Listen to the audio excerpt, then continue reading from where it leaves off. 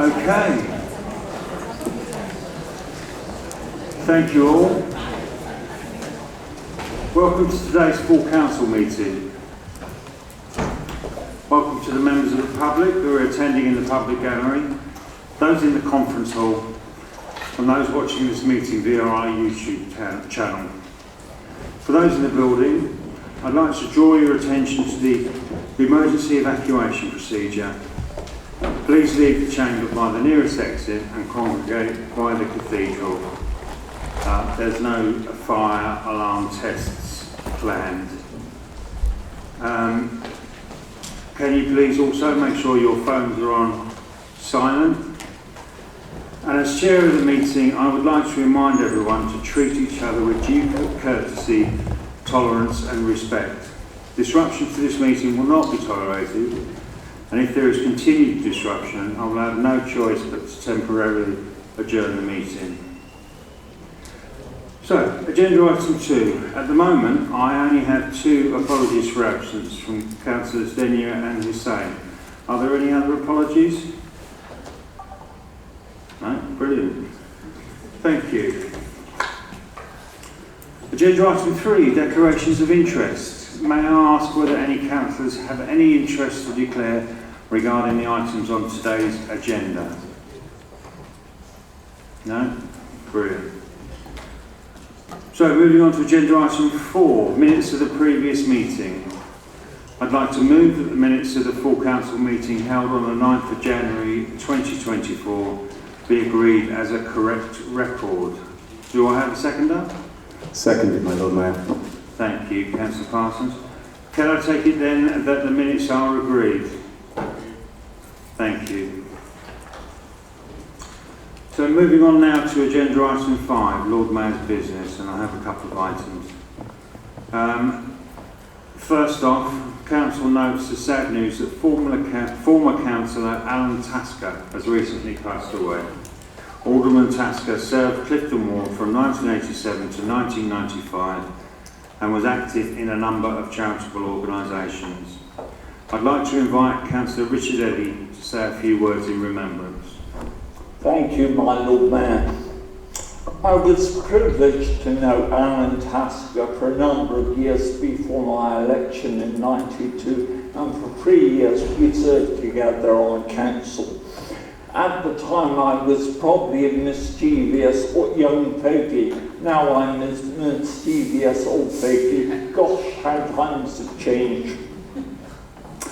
Alan Tasker was a proud Bristolian, and I believe his mother is still pictured in an oil painting at the Mansion House. Alan served as a distinguished councillor for Clifton between 87 and 95.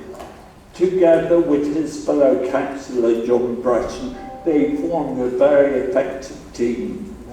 John's beautiful house in College Road often was a door for Tory fundraisers and served, in fact, it starred in the 1970s BBC drama The House of the Dead. Alan was a quintessential gentleman in both senses of the word. I well recall a planning meeting in the early 90s under Labour's redoubtable Andrew May. Councillor Holland was also there. Both she and Alan indicated they wished to speak at the same time, and he called Alan first. Alan, being Alan, of course said, "But ladies first." It is the first time, Lord Mayor, from that day to this, I've ever seen Helen Holland lost for words. A successful businessman, a trustee of several Bristol charities, Alan wed his vivacious wife Lindy relatively late in life and was intensely proud of their daughter Sasha. I well recall Alan's delight when they both winked at him, Sasha a very young girl in civic processions. We send them our love and condolences for a life well lived. Lindy was a devoted trustee of the wonderful organisation Young Bristol. Alan demonstrated his commitment to the future by being incredibly passionate about this charity and was a committed vice president. May he rest in peace. Finally, although you haven't mentioned him yet, Lord Mayor, can I just have a moment about Nigel Carrick, who sadly died recently? I remember Nigel fondly as a committed David councillor in Southwell in the early 90s. We became close friends when he crossed the chamber and joined us in the Conservative Party. Despite our, shall we say, interesting differences over the European Union, which he viewed as more benignly and I viewed as the devil's harlot. I believe he was a committed, principled and honest politician. Again, my condolences to his friends and family.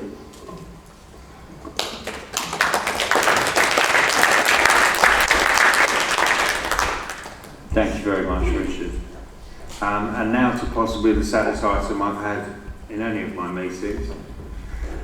It's with great sadness that Council also notes the recent tragic deaths of children in Bristol over the past few weeks, from Knoll West to Easton and most recently in Sea Mills.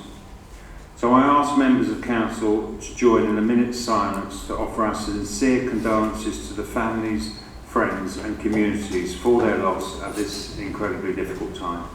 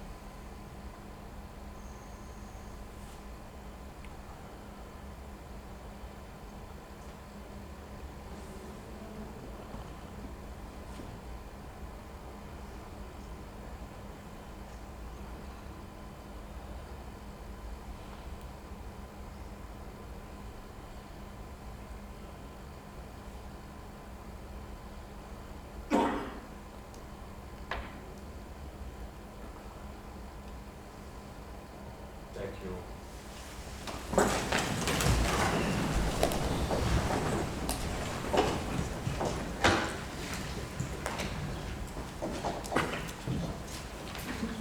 Okay. Moving on to agenda item 6, the public forum. Within the Constitution, there is no provision for public forum at the budget meeting. However, as indicated on the agenda, it has been agreed that petitions and written statements about the reports on this agenda could be submitted to this meeting. Details of the petitions and statements received here have been published on our website. No petitions and 3 statements were received by the deadline. A list will be displayed on the screen. The statements have been circulated to councillors and the Mayor prior to this meeting, and I now ask full council to note the statements. Thank you. Moving on to agenda item 7, Budget Report 2024-25. I'd like to refer members to the budget procedure document which was published in the agenda papers and available on the website. For ease of reference, a paper copy of the procedure has been placed in the public gallery. As this procedure technically varies from our standing orders, please can I ask full council to formally agree to suspend the relevant standing orders which relate to the policy and budget framework. All those in favour, please say aye. Aye. Thank you. We now start with section 1 of the procedure. I'd like to ask Mayor Rees to introduce, summarise and move the budget report. Thank you, Mark. Thank you, Lord Mayor. So I'm proposing our 8th balanced budget. Before getting into it though, I just want to remind us of the context within which we bring this budget. It's characterised by austerity, inflation, the consequences of Brexit, the war in Ukraine, and our national political instability. Unprecedented financial challenge for local government, 8 council bankruptcies since 2021, including 2 core cities, 1 in 5 local authorities struggling to make ends meet and at risk of bankruptcy, and a quarter of councillors nationwide who think that their council may need to issue 114 notice in the next 5 years. And we've just had notice that today Birmingham have proposed a council tax increase of 21% while putting cut measures in place to balance their budget. The important thing is there is no alternative context within which we are working and in which we bring this budget today. We live within a financial context that we don't welcome, but is real and is upon us. And the challenge is that this pressure, this financial pressure, is landing on us, as it is all councils, at the very moment our city needs us most. Households remain under pressure during the continuing national cost of living crisis and the ongoing consequences of the cost of living crisis. So in terms of our time in office, I'd say it's been led by housing, hunger and hope. Making sure people have affordable places to live in settled mixed communities, making sure our children are fed as accurate proxy for poverty and inequality, and being ambitious for Bristol. That means getting things done and making sure Bristol is a city in which no one is left behind. And we've worked as a local authority, and it's important to point out how effectively we've worked with our city partners across unions, business, public sector partners, voluntary community sector, to deliver on our promises. We've seen the delivery of 12,500 homes. We've kept open all of our children's centres and libraries. We've signed the City Leap deal, the Bristol City Leap deal, a global first, securing £1 billion of investment into Bristol to decarbonise our energy system. We've opened a new recycling centre in South Bristol, which continues to go from strength to strength. We've turned Bristol into a living wage city, meaning an immediate pay rise for thousands of Bristolians. And we've invested in Bristol's ageing infrastructure, from the harbour walls to the bridges. Bristol's budget this year is again led by building homes. Ensuring people have a safe, secure and affordable home is the single most significant contribution we can make to tackling poverty and climate change, improve population health and driving our city region ambition. Homes, the right homes built in the right places, are at the heart of a just transition. So we've got Bristol building. Of those 12,500 homes, 86% have been built on previously developed land. 3,000 more new homes are under construction, and another 3,000 new council homes are in the pipeline for 2029. Our draft local plan has faced up to the challenge of meeting the needs of a growing population in a finite land area, and building more densely to prevent urban sprawl and to protect land for nature. We must also get the basics right, which we've done in this budget: emptying bins, fixing potholes, investing in our leisure facilities, improving transport for all, including the way cyclists and pedestrians get around, and protecting the most vulnerable. And this approach will allow the council to ensure services are right-sized and can continue to deliver on its key priorities and plan appropriately for sustainable long-term change. We've retained our council tax reduction scheme, supporting 32,000 households with up to 100% discounts. Our local crisis prevention fund continues after helping around 5,000 households this year with essentials like food and fuel. And working as one city, over 100 welcoming spaces opened to help people and support people to stay warm and connected during the coldest months. Our proposed capital programme amounts to £2.7 billion, including the HRA in 24-25. The programme was updated last year for several major capital programmes of works that help the city invest to grow. The regeneration of Bristol's Temple Quarter was launched after securing £100 million from government. The university campus is underway, and Temple Island is being cleared ahead of the LNG development scheme. Bristol Beacon reopened its doors, but now as a world-class music venue, and we're about to appoint Western Harbour master planners. This year, the way we are addressing our financial constraints in the capital programme that previously resulted in a lower proportion of our projects being funded by Investing to Save. Two Invest to Save additions are children's services projects, which will aim to tackle the problems in the supply of children's fostering sufficiency and children's home sufficiency placements.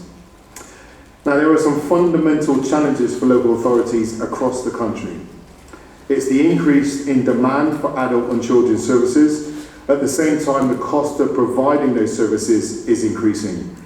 7,000 adults receive care from the council, costing our taxpayers around £200 million, and 800 children receive care packages that cost around £100 million.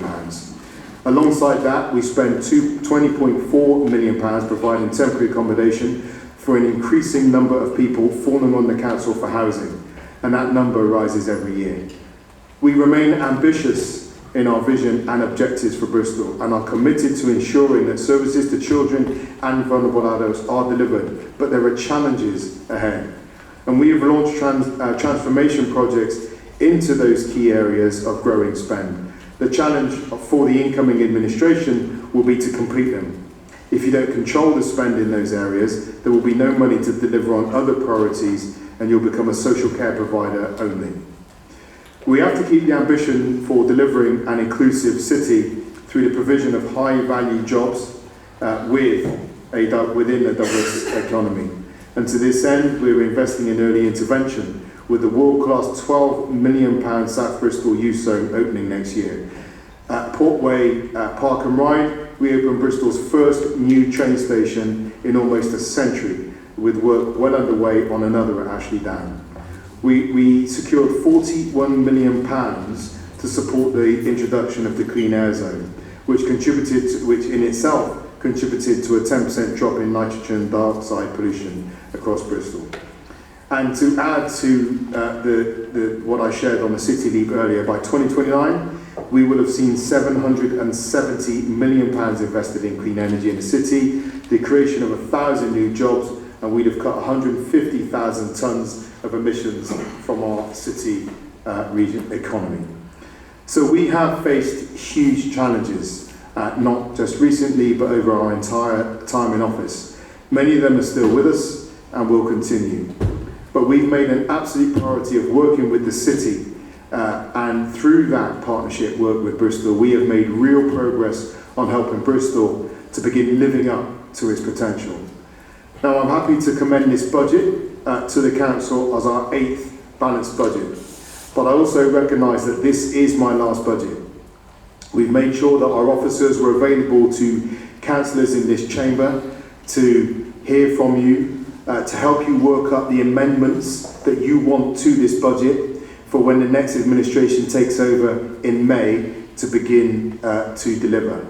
But this really has been an opportunity for you to grab hold of this budget, and that handover to you starts today. So over to you.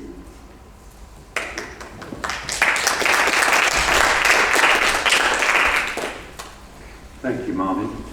I'd like now, section 2 of the procedure, I'd like to ask Councillor Cheney, Deputy Mayor and Cabinet Member for Finance, Governance and Performance, to second the budget report. Thank you, my Lord Mayor. 70% of our budget now goes on demand-led services, temporary accommodation and social care.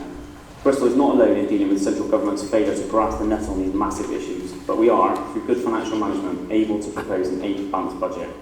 Aware that this administration won't be delivering this beyond May, and in the hope that whatever the makeup of the next administration, that they remain focused on those major transformation programmes through which the Council will either succeed or fail.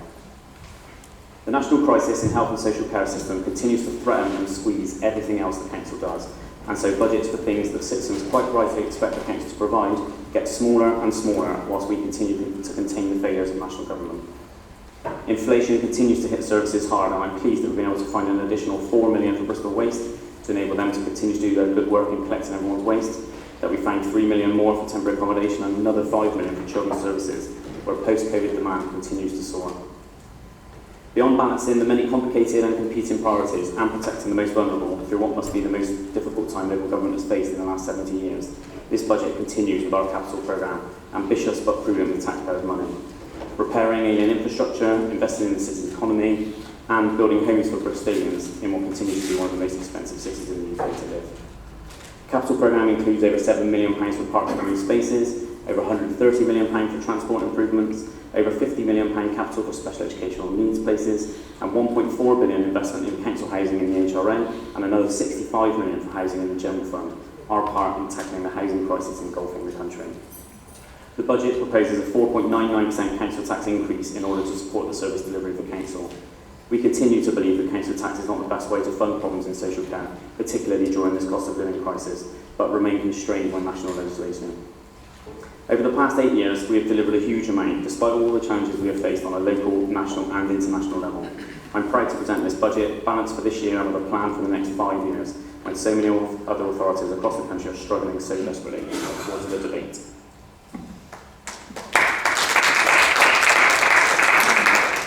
Thank you, Craig. Now, section 3 of the procedure. Each party group will now, in turn, respond to the budget proposals. There is a maximum time allocation of 7 minutes each. So firstly, I'd like to call on Councillor Emma Edwards to speak on behalf of the Green Group. Thank you, Lord Mayor. I think we can already hear that this, the themes of this. And last year the phrase austerity is cutting local authorities to the bone was used a lot. And in the past year, as mentioned, we've seen councils like Birmingham and Slough go bankrupt, more cuts, and requests to find savings within essential services that are already under immense pressure, all while inflation rises and people are still being crippled by a cost of living crisis. I think it's fair to say now that those bones are beginning to break. So we do understand the difficulty in being able to set a balanced budget at all, and we really respect in particular the work from officers to achieve this. It's not an enviable task. And while we do have great concerns about this budget, it in no way reflects on the work of officers. While this is primarily due to yet more Tory austerity, a potential new Labour government has not promised to end austerity either, and there is no sign of a fair funding review promised for local councils. We really need more assurance from Labour that they will protect councils from bankruptcy if they form a government. There are many areas of concern for us about this budget. The area of the budget with the biggest deficit is the direct schools grant. This is also, as we know, the largest single element of the budget that bleeds out financial threats to the general fund in the form of home to school transport programme. The DSG overspend accumulation has been evident for the best part of 10 years, and the current administration must accept some culpability for this, and most importantly, the impact this has on children and their families in trying to access SEND support, to which they are legally entitled. While we currently have no way of influencing the DSG from the opposition benches, the DSG will continue to be front and centre as our city moves into the committee system. And we must make an effort to rebuild lost trust with SEND parents and strive to prove to them that this council has their best interests at heart. We have serious concerns about the squeeze on adult social care, especially at a time of increased demand, and how this would affect the most vulnerable in society. We've read the statement from the Bristol Reclaiming Independent Living Group about the concerns the disabled community has about the possibility of being forced into care homes and warehouses. And while we appreciate that a review of this is happening, this does not mean that the problem has gone away. And we're going to have to work together soon to find solutions that reassure people that they will be able to continue to access appropriate care for their needs. Last year, the Mayor said at a Members' Forum that he would be open to a more collaborative approach with us, but we have not seen any evidence of this. On the contrary, we have been given less time to see the budget, less time with officers, and no opportunity at all to feed into the budget beyond the usual couple of weeks to put in amendments. And speaking of amendments, how many past budget amendments have been implemented by this administration?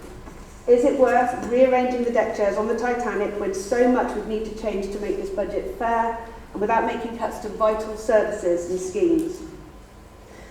One area where some cross-party work has been achieved, though, is the housing revenue account. The core proposals for the HRA have been, like the proposed local plan, largely put together as a result of cross-party working group informed by consultation, and it shows. However, the impact of the costs associated with the evacuation of Barton House have also got to be covered by the HRA, and it will almost certainly fall to the next administration to determine what could and couldn't have been done differently in relation to Barton House. Much of Bristol's council housing stock, and particularly its high-rise blocks, are ageing and bring significant challenges. To bring them up to a standard both in terms of providing a decent home, but also in terms of reducing our carbon emissions. It's not just crumbling bridges and harbour infrastructure that is being left for the next administration to pick up. We need to learn all the lessons from Barton House, however uncomfortable those lessons may be, to prevent another situation that puts council tenants in such a distressing situation. But overall, the HRA provides a rare ray of positivity within the council's budget framework, and therefore we look forward to seeing less photos of politicians on unfinished building sites, but more pictures of families moving into decent, low-carbon homes, with secure tenancies where households can thrive. I'm sure this is a vision that all councillors in this chamber share. But aside from scant working groups and scrutiny, let's be clear, this is a Labour budget put forward by an outgoing mayor who is not going to be around to implement it. Neither are many members of his cabinet, and it's very concerning that the outgoing mayor has not taken this into account.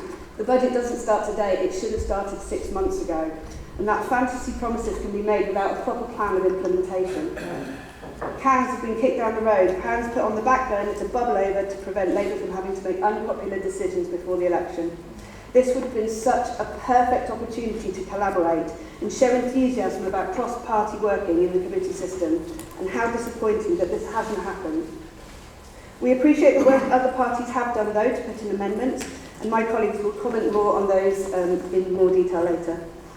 We understand that our Tory colleagues are comfortable with finding savings to even make more cuts to vital parts of the budget, such as the council tax reduction scheme, but as Greens we simply do not.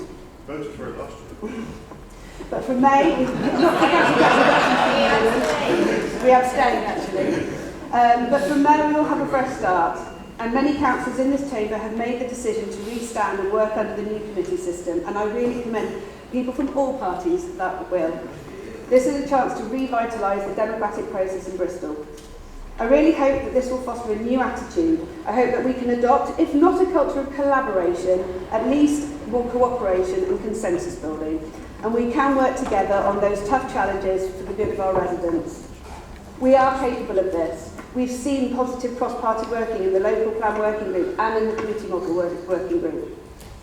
Next year, let's be honest, it's unlikely we'll have more funds to work with, and we hope our friends across the chamber will join us in lobbying for increased funding from central government, whoever that government may be.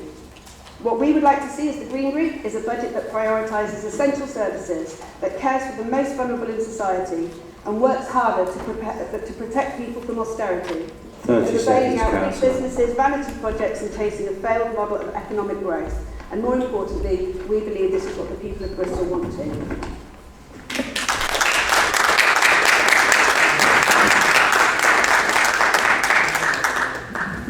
Thank you, Emma. And now I'd like to ask Councillor Tom Renard to respond for the Labour Group. Thank you, Lord Mayor. I'm proud that Labour is putting forward a balanced budget that remains ambitious for Bristol whilst protecting frontline services. Across the country, 14 years of Tory and Lib Dem austerity has proven too much for many councils, bound to effectively declare bankruptcy as the money runs out. The projected shortfall for local government runs into the billions this year, and that's just so councils can stand still. These include councils of all stripes, as the challenges of adult social care, children's services and ballooning temporary accommodation costs decimate budgets across the country. I recently attended an emergency summit on the temporary accommodation crisis, which saw councils from across the country tell the same story. Fuelled by the housing crisis, the cost of living crisis and the failure of the national government to deliver on renters reform, which will give people the protection so desperately needed. After all, a safe, secure, warm home should be seen as a right, not a commodity to extract the highest price from. Despite this, and in no small part down to Mayor Rees's Labour administration, Bristol remains resilient. We're able to protect frontline services, invest in the city's council housing stock, and maintain our position as the only core city with a full council tax reduction scheme. And of course, we're not without our challenges, but we don't have the luxury of being able to sit this one out when faced with tough decisions. We're providing the leadership the city needs, taking the tough decisions that need to be made, protecting the most vulnerable in our city, and investing in the economic future of Bristol and its citizens. Bristol City Council has had millions removed from its budget in real terms since 2010, and the cost of statutory services like adult social care, children's services and temporary accommodation continue to rise, leaving little left for discretionary spending. This means every pound is having to stretch further and further. The amendments today, or lack of, reflect this. The Lib Dems propose cutting the Climate and Ecological Reserve, which pays the salaries of staff members in the Climate and Ecological team, and the Community Resilience Reserve, which invests in the resilience of our voluntary and community sector. And the Tories are back again, for the third year in a row, trying to cut the council tax reduction scheme, taking money from the worst off in the city to fund a number of things, including the eviction of vandellas on the downs. We have continued to protect the council tax reduction scheme as a red line of this administration, and we've managed to do so through strong fiscal management and focusing on the right priorities. To perhaps be generous, I'm sure that in an ideal world they'd rather fund the measures in your amendments in ways other than the funding sources identified. But at least you have the guts to get up and put forward your own solutions to the challenges facing Bristol. If you absent yourself from the entire process and willing to operate in the country's political reality of continued austerity, you may as well not be here. I've heard Green Party councillors say, imagine the difference Green Party MPs could make in Parliament. They're not making much of a difference here in City Hall. And their excuses don't hold up. Tories and Lib Dems have put forward amendments and they've had the same access and support as you. I also wonder though, is this some principled stand as you claim? Or have you just not put forward alternative proposals that could get through that process? Have you been able to engage in political reality? Maybe there were amendments, they just didn't make it through. Maybe they didn't meet the council's fiscal rules. principal stand, or an ability to get their heads around the rules and demonstrate fiscal competence. However, Labour's not in politics to make excuses. We're here to make a difference, and this budget does that. Frontline services are protected. A fifth of libraries across the UK have closed their doors permanently, none of which are in Bristol. Almost 800 youth centres have closed since 2010. We're bucking the trend and investing millions in a world-class youth centre for South Bristol. Council tax reduction scheme protected. The only major city in the UK to offer up to 100% discount on the worst off council tax bills. Doing this is no mean feat. It's projected to cost the council 43 million next year. As it's such a significant investment, I'd like to remind councils that if we fail to set a balanced budget and government commissioners get sent in if we were to go bust, the scheme would likely be the first of many things on the chopping block. That's the price you pay for principled stances of not setting balanced budgets for political reasons. And the HRA business plan will see more than 3,000 extra council payments in the next 5 years, giving someone in need of a home a safe, secure, permanent roof over their head, one of the most significant interventions that we can make in someone's life. So 3,000 households will be off the housing waiting list. Over 3,000 households' lives changed immeasurably for the better. And it's vital that we continue our work to build homes for all who is possible, particularly at a time when it appears some developers are cutting back their pipelines due to the economic conditions. And it's not just about doing it in principle, it's also about doing it in practice, something that you'll be well aware of, having not backed council housing schemes in various parts of the city.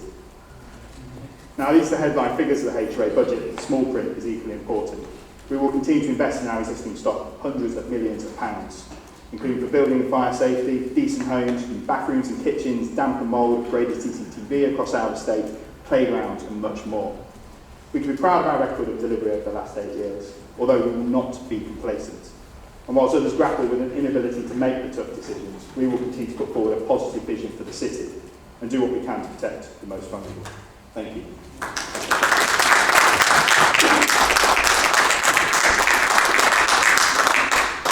Thank you, Tom. I'd now like to call on Councillor Mark Weston to speak on behalf of the Conservative Group. Thank you very much, my Lord Mayor. And first of all, can I just start by, Councillor Cheney, I've got your back. They have been consulting on the budget for 6 months. It's the Finance Task Group. They were meeting all of last year. You had representatives on it. So it has been consulting on it.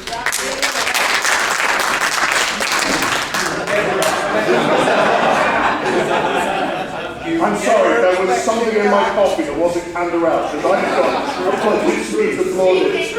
I'm very sorry. Don't worry, it'll all change now.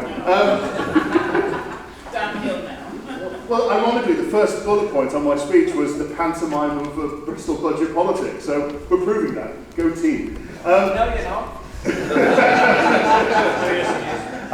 Can I very much, first of all, thank Councillor Cheney and your finance team and the whole finance officers. This is a thankless task, and obviously, part when you're trying to set a budget, you don't like setting elements of it, but you still do it, because that's what grown-ups do when you try and set a balanced budget to itself. So, thank you. Even if we don't agree, we recognise the effort that's gone into it, so I appreciate that.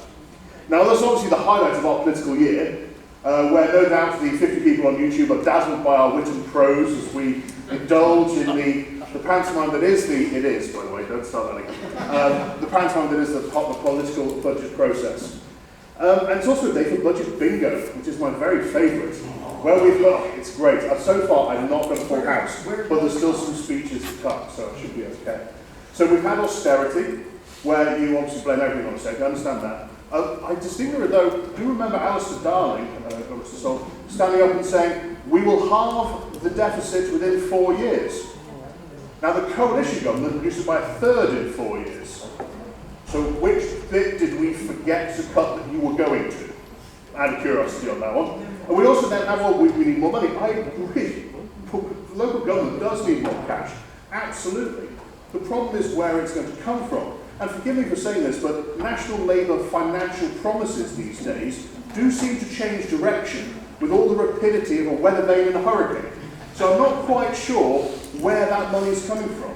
I'm also not sure where it's coming from because of the global challenge we face. If we're honest about it, if we look globally at what's happening now, we have Putin on the march in the east, we've got autocracies in the Far East, we have instability across the world. Where's the money coming from? Any spare money we have is probably going to end up in security services, because that's what we actually need. Now, green economics. Let's turn to that one.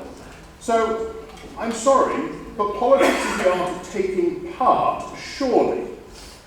It was a struggle to get through the amendments, it's absolutely true. You have a tighter financial envelope, that makes it trickier each and every year. But we still managed to do it.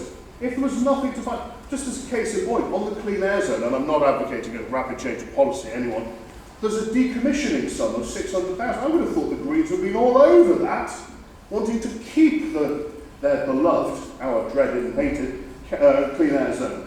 We didn't even try for that. Surely that was a low fruit you could have gone for. I'm glad you haven't, by the way. It's really good. Look forward to it ending. But you have to be part of the conversation. To stand there and say this is a principled stance helps no one. The budget today is not perfect. So I would say it's not even that good, if I'm honest about it, but that's why we have amendments in it. But at least we're trying to make the difference. There are decent elements to it. Actually, parts of the Housing Revenue Account are very good. And one that was mentioned earlier was the temporary accommodation team. I've actually worked with them on a few of my ward issues. They are doing sterling service in very challenging times. I will single them out. There are good bits to it, but the budget has bear traps in the shrubberies, which if anyone is a fan of Terry Pratchett will recognise the Commander Vimes quote. There are bear traps in there. We have the clean air zone. That money will run out. It's bridging the gap for the moment, but that ends, I hope, as soon as possible. The council tax reduction scheme, which was voted for last year, and it was, and it went through. Any government that we go and ask more money for, the first thing they're going to point to is say, why are you the only major city with that fully funded? They're going to look at that straight away. And we know at some point that will have to change. Is it not better to do it on our own terms and at a timing of our choosing than be forced to do it down the line? Because the challenges are not getting any less on the horizon. There isn't some socialist utopia galloping over the hill. We then come to the dedicated schools grant. Now that is a nuclear bomb that could go off. We have to make sure that is fixed, that's the bear trap, and the deficit on the high needs grant. The challenges facing us, including SEND, adult social care, they are enormous. But to try and sit there and say, oh, they're huge, but we're not going to try and do anything or fix anything, and absolve yourself of responsibility today, doesn't make no sense. That's poor English, I do apologise. Makes no sense at all. So today we are going to be putting forward our proposals, we're going to put forward our amendments. I have absolute faith that none of them are going to get through. Hence the politics and the pantomime we're about to follow. Because I know how this works, it's not been fun, we know how it's going to go. They're not going to get through. Then what's going to happen is, despite the fact you've not amended the budget, you're still going to vote against it. So you haven't even tried that one. So the budget today is going nowhere.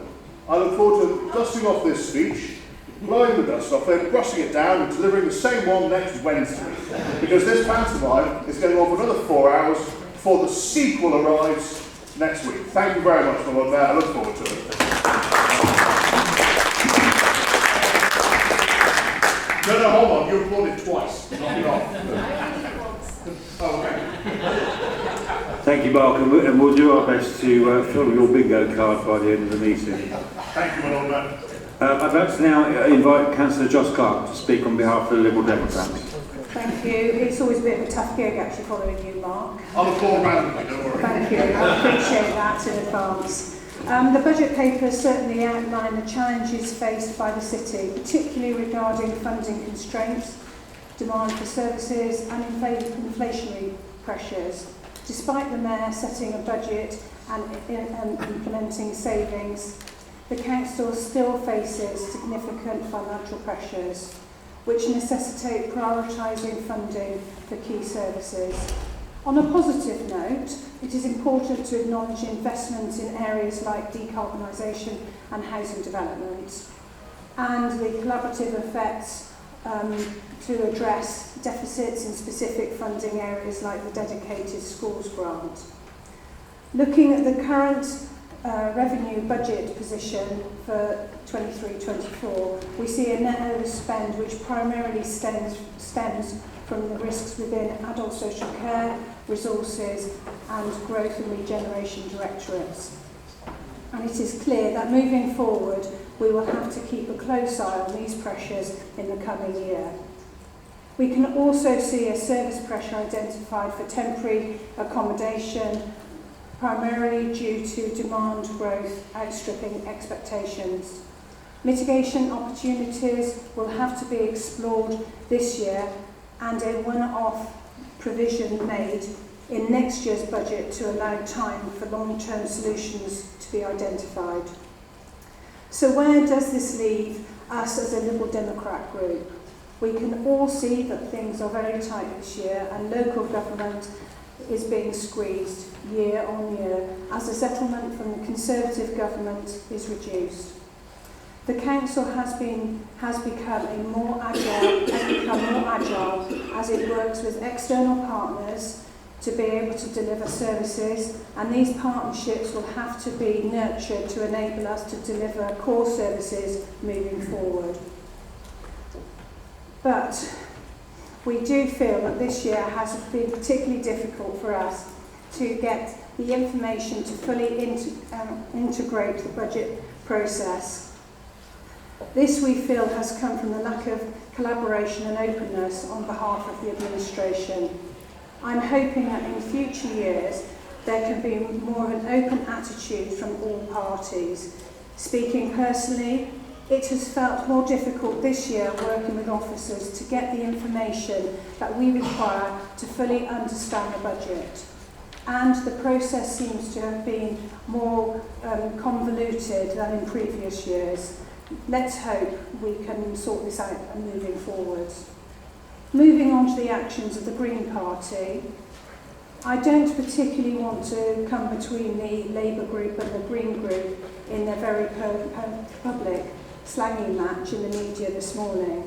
But what I feel is worth pointing out is that the Green group have not covered themselves in any glory here, particularly when Councillor Edward is quoted saying, "We felt that we could not take part in a cut budget proposed by an administration that excludes opposition parties in the process." I do think they need to reflect on this position as the optics for them look terrible. And if you are the largest group in May, you will need to face up to some unpalatable decisions. Surely it would have been better to have been at the table rather than looking like you're flouncing out. The conclusion that I have to take from the Green Party's position is that you are intending to rewrite the budget after the May elections, and I think this concern has been realised in Councillor Mack's quote. "I do not rule out the need for a future administration to amend this budget to make it work and deal with the unrealistic saving claims here." A word of caution. Amend, yes. Via money, yes. But please do not think that you will rewrite the whole thing come May. Finally, I would like to conclude by making the observation that the city finds itself in a tough financial situation.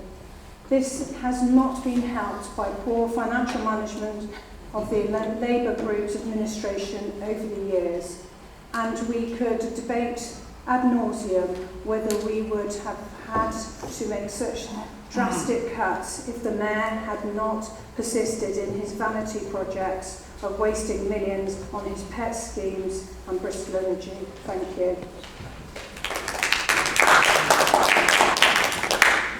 Thank you, Joss. I'd like to now ask Councillor Gary Hopkins to speak on behalf of the Knowle Community Party.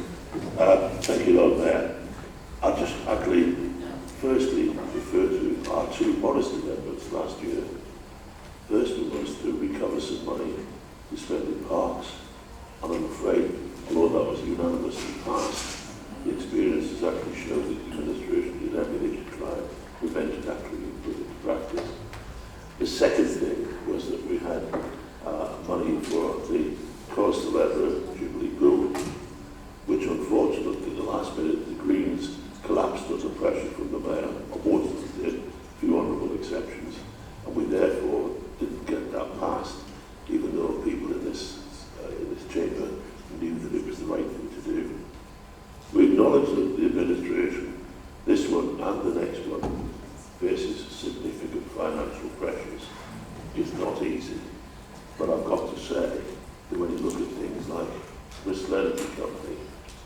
administration has not helped itself. We faced a position where when we were first challenging on this, Labour administration, the Labour councillors blocked an independent inquiry into this, which was most unfortunate. And then eventually, with the support of the independent auditors, we got it shut down. In the meantime, we had been losing £1 million a month. You can actually do rather a lot with £1 million a month in this council to reflect on what actually happened there. Bristol Waste, the other second company owned by this administration, started the COVID inheritance. The circumstances were tremendous in the way it actually took over from our defaulted outside contractors. Unfortunately, turnover of staff, and some of them very good staff being got rid of, didn't help the situation. And it's getting by, but it's not in the good, wonderful situation it was at the beginning. We hope that Gorham Homes does significantly better. We support the concept of having a housing company. It's absolutely right. Let's see how it's actually run.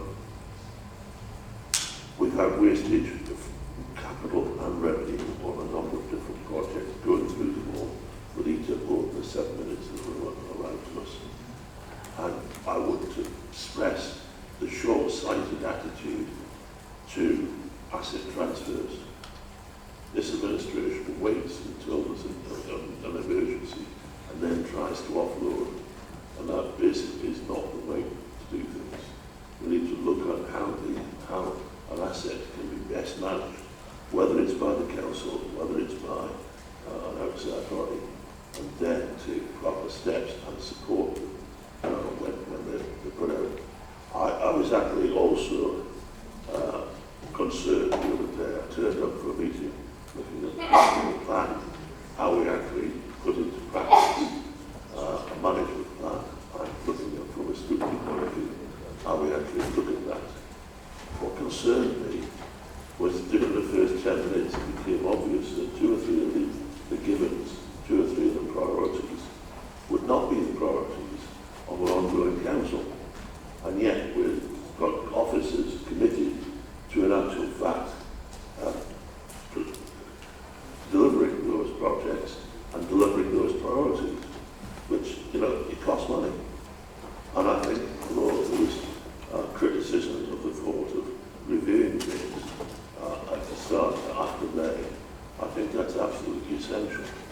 We need to check whether all the priorities are really the priorities that we have on the way going forward.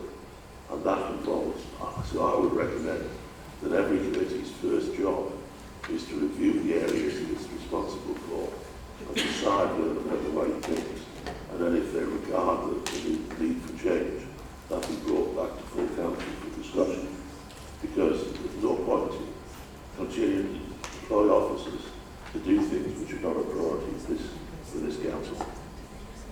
And I think that way provides a positive way forward. And it's easy to complain about it, but it's what's necessary. Thank you. Thank you, Gary. And can I just say, while I'm in that corner, it's nice to see you back in the chamber, Chris. You're looking well. Okay, we're now moving on to section 4 of the procedure. A report on behalf of the Overview and Scrutiny Management Board that was published as a supplement to the agenda papers. I now invite Councillor Tony Dyer to introduce the report as Chair of OSM. Thank you, Lord Mayor. I'm going to speak very briefly before handing over to Councillor Gollett to discuss in more detail the scrutiny report. What I will just quickly mention is that there have been challenges for scrutiny, and that includes the failure to produce a 4-month forward plan rather than the statutory 28 days required by legislation. That has impacted upon our ability to scrutinise decisions that are coming forward, some of which have had budgetary impacts. Under the committee model, obviously there will be neither a mayor nor a chair of OSM, nor a separate scrutiny function, so a different process will be in place. And I think one of the key challenges will be to ensure that we are able to provide that advance warning of decision making coming forward to ensure that both internal and external scrutiny are able to take place fully. However, I now hand over to my colleague, Councillor Gollett, so that he can cover the rest of the report. Thank you, Jeff. Thank you, Tony. And I'd now like to invite Councillor Jeff Gollett to present on behalf of the Resources Scrutiny Committee. Thank you, Lord Mayor. I apologise to members that I'm speaking from a typed-up speech, but it's an attempt to remind me that I've got to be apolitical and not suddenly go off on a political diatribe. So please bear with me. But first of all, I want to start with some thank yous. The first thank you is to members of the Finance Task Group and indeed the Resources Scrutiny Commission, who've had some 15 meetings on matters relating to the budget. And dare I say it, over some 6 months. And 3 members of the Green Group made really positive contributions to those discussions. So I think that does need to be said. But we've worked together to scrutinise budget cross-party in a constructive and positive way. I hope the atmosphere of working together will set the tone for the future Resources Policy Committee and the Finance Subcommittee. Now, probably the most controversial thing I'm going to say now, as far as opposition members are concerned, is a thank you to Craig. I wouldn't for one moment, Craig, say that I agree with everything you've done, but a few of them I might. But I do respect the way that you've done it, sharing openly with the task group very significant challenges. You helped to create a feeling of openness and trust without any hint of aggression or anger. And it's been a pleasure working with you over the last 8 years. Thank you. Our third thank you is to the finance team, who now have the most remarkable grasp of the challenges that face the City Council, and what the impacts of those are and what the variances might be. That team has worked so incredibly well, which is hardly surprising given the lead given from Denise Murray.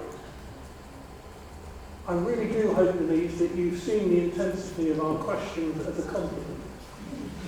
And we welcome the firm and honest answers that we've received throughout. Thank you for all you've done for our city over your time with us.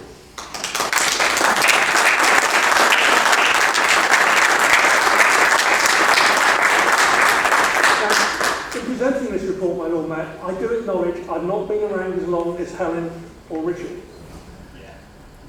But I did discover that I was chairing the first finance scrutiny meeting that took place when I first came on council, and full circle, I'm still doing the same thing now. You can comment as you will on that later. But I wanted to move to the detail of the report. I am assuming you will all have read the report as you will every page of the budget papers, but just in case, I thought I might just highlight a couple of key issues. So in Growth and Regen, we do warn the impact of reducing CAS money to fund recurring annual expenditure, thus ensuring ongoing budget pressures for years to come. And Waste Services, I would say we were reassured that Bristol Waste was now considered a viable business, although I would add that many of my residents are currently questioning that on the basis of an inability to collect over the last 2 months. Raise the question of the transport levy, and I remind you these are cross-party comments, not mine, it's shared by all members. We were concerned that the figure for the transport levy is not increased. Members who serve on WECA committees were also disturbed that in Bristol we were told that WECA sets the levy, and in WECA we were told that the unitary authorities set the levy. So much for openness and transparency with WECA. We have concerns about the capital programme, where delivery is still falling short in spite of repeated efforts to improve it. And we also add, which we've mentioned in previous years, we see Invest to Save as an area that should be given much more priority. A lack of officer capacity and ability to deliver such projects needs to be addressed. The potential financial benefits are too great to ignore because we are not able to deliver. I want to just comment on adult care. where we noted the service still has many challenges, but we also noted that significant improvements have been made in forecasting and anticipating demand, and the whole management and the information that was flowing. Helen and your team has improved so immensely. We've had real concern about children and education. Home to school transport has been an issue troubling scrutiny for the whole of its existence. But still it seems no further forward. We raised last year the issue of the dedicated schools grant, the peril of the ever-widening deficit and the pressures for early years, particularly the high needs block. The DSP management plan and mitigations are going to be 30 seconds, Chairman. and regular detailed monitoring is going to be critical under the committee system if the Council wants to avoid an ongoing threat to its reserves. Our report was submitted by Lord Mayor was agreed cross-party, and I've tried to reflect those views in what I've said. Thank you, Lord Mayor.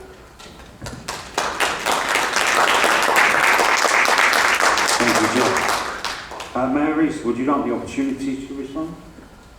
No, it's okay, thank you. Okay, thank you very much. We now come to section 5 of the procedure, the consideration of amendments to the budget. We will now work through the amendments proposed by each of the political groups. Each amendment will be moved, seconded and debated in the order shown in the agenda papers. For each amendment there will be one vote.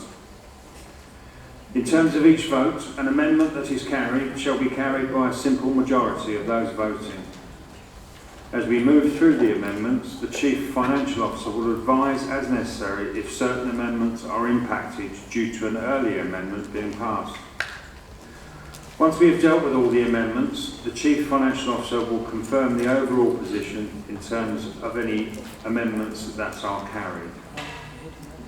Before we start on the amendments proper, I would suggest we take a 10-minute refreshment break and come back at 3:10. Thank you.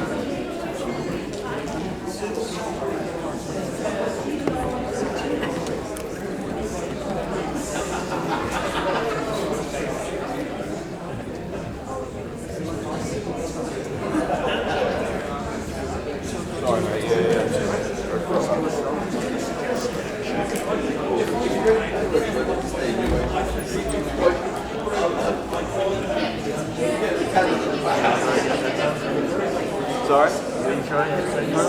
It's my first ever one. Just like we're at uni, yeah. I'm trying to take notes.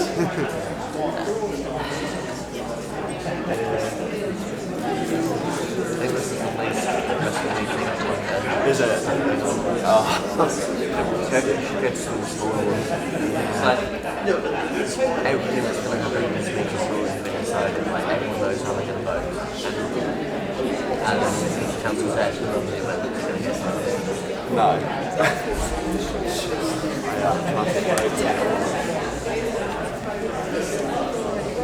Oh, sorry. Yeah.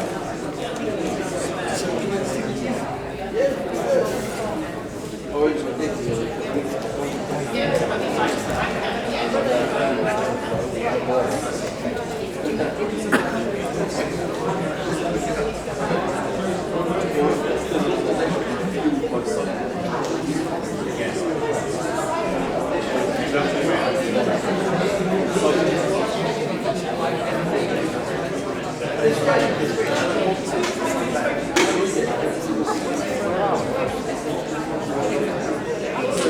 And so I was going to wait till you lean over.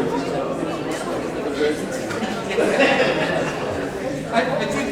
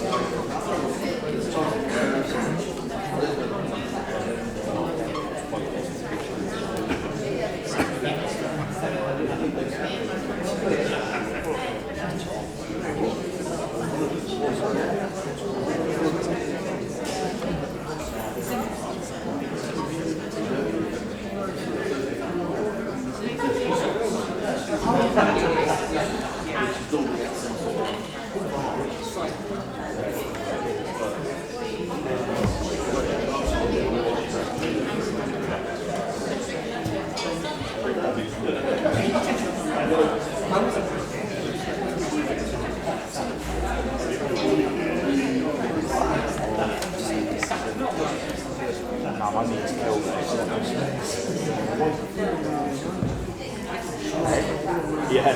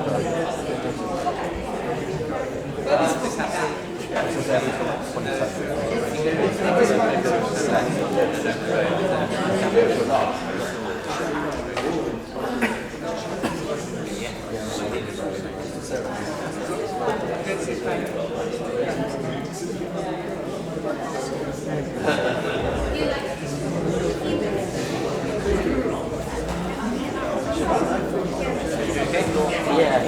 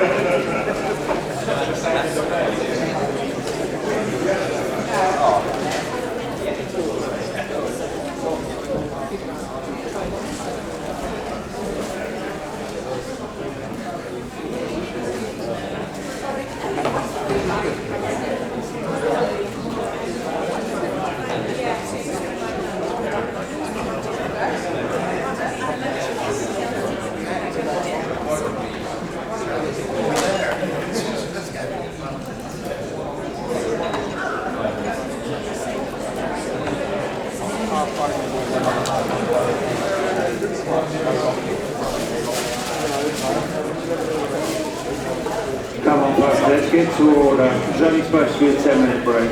We've already been 15.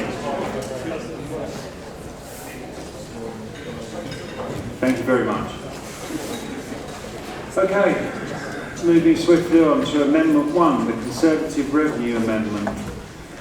This amendment involves the revenue section of the budget. There will be one vote at the end of the debate. I'd like to call on Councillor Graham Morris to move the amendment. Thank you, Graham. Thank you, my Lord Mayor. I'm going to propose the first Conservative amendment to the Labour Party budget. The amendments are relatively small, but unlikely to have a positive impact on many people across Bristol. Firstly, the proposal will see funds come from the council tax reduction scheme.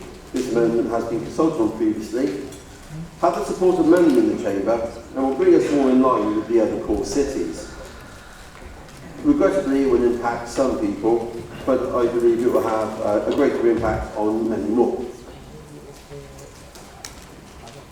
We have seen parts of Bristol suffer far too long the inequalities of the CIL and the area committee system. Many of the suburban areas, those areas with green space, which still contain high levels of deprivation, are unable to bid for funds in an amount that is required to make a real difference to our communities. If we look at Area Committee 6, for example, you have the largest concentration of deprivation in the city, and there are no funds available for Hartcliffe, and Witherwood, and Philwood, and Bishopsworth, and Stockwood. In fact, facilities are being lost across South Bristol, and we do not have the means to replace or deliver these much-needed facilities. Look at Eagle House Youth Club as a prime example. We have previously secured funds to enable the release of strategic CIL, but of course that can only go to areas of high growth. So yet again, those areas that hold a lot of green space are unable to bid for those funds. And it is really important that we have the right and the ability to deliver change and to improve and enhance the local communities through investing in young people and community activities. So if we turn to some of the other measures, just 12 months ago, the City Council has some of their own staff are overworked housing officers go on strike due to paying conditions. I think it was maybe the only strike that Labour did not support that yet. I have been unable to obtain the true figures, but the number of housing officers has not increased in line with the increase in the number of houses that were being built. And Councillor Renard mentioned we're going to do 3,000 over the next 5 years. And of course there's an increasing complexity of the tenants that we have. And this city is so focused on the new tenants it has forgotten, some may say neglected, existing council tenants. These tenants need and deserve our support. 30 seconds, please, Graham.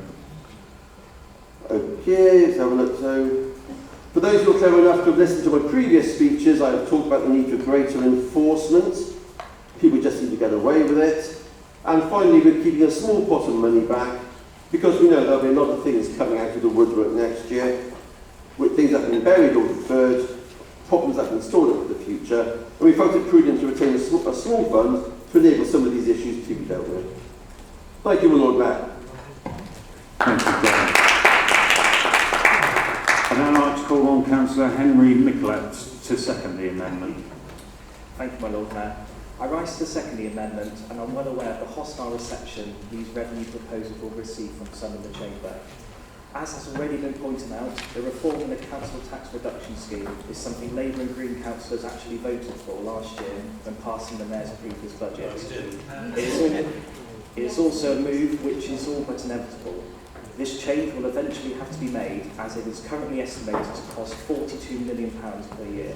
That is too large a sum to simply ignore or carry. Not only is such a pressure unsustainable, but our proposed minimum contribution was endorsed by the public in the recent consultation. If the administration doesn't like the answer and just ignores the outcome, then this reinforces a widely held view that these engagements are nothing more than a tick-box ticking exercise.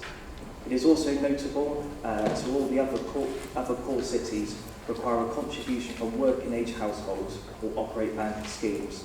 Consequently, we do not believe a 10% reduction in the existing relief is unreasonable.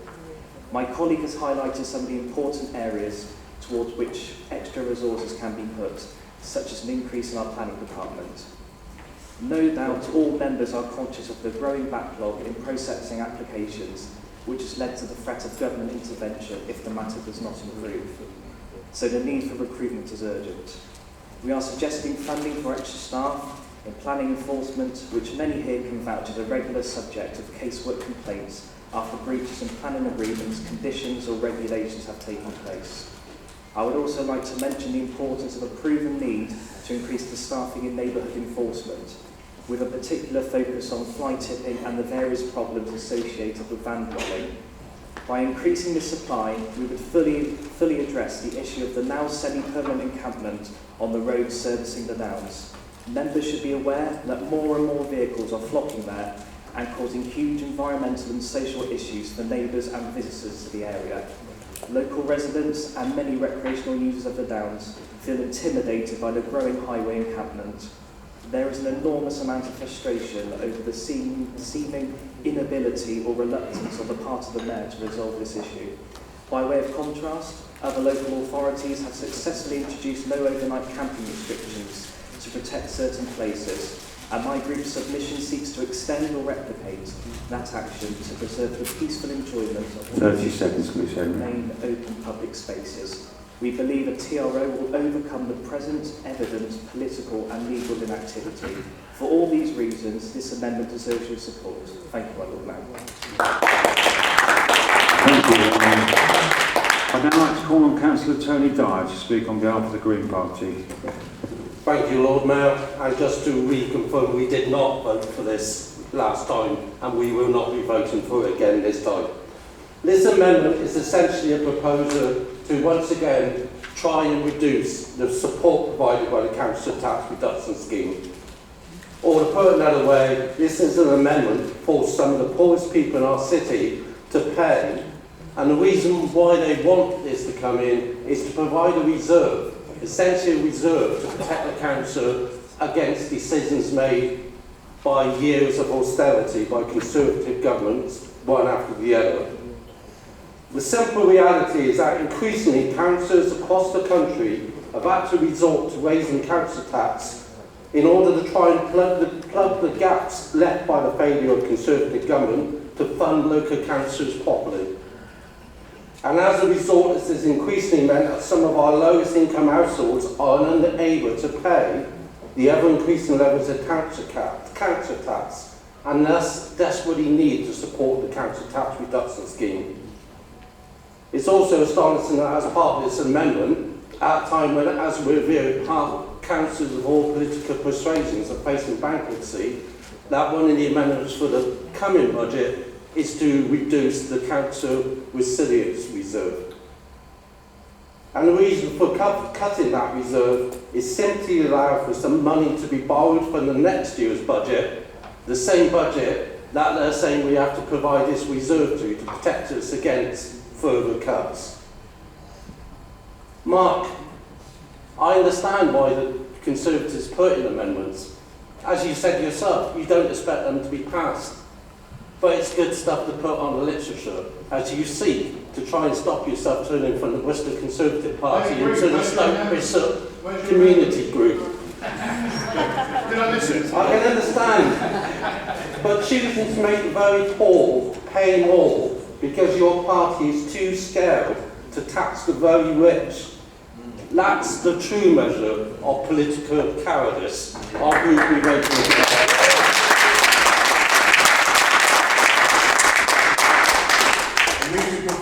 Thank you, Tony. Mark, thank you. I'd like to call on Councillor Tim Rippington to speak on behalf of the Labour Group.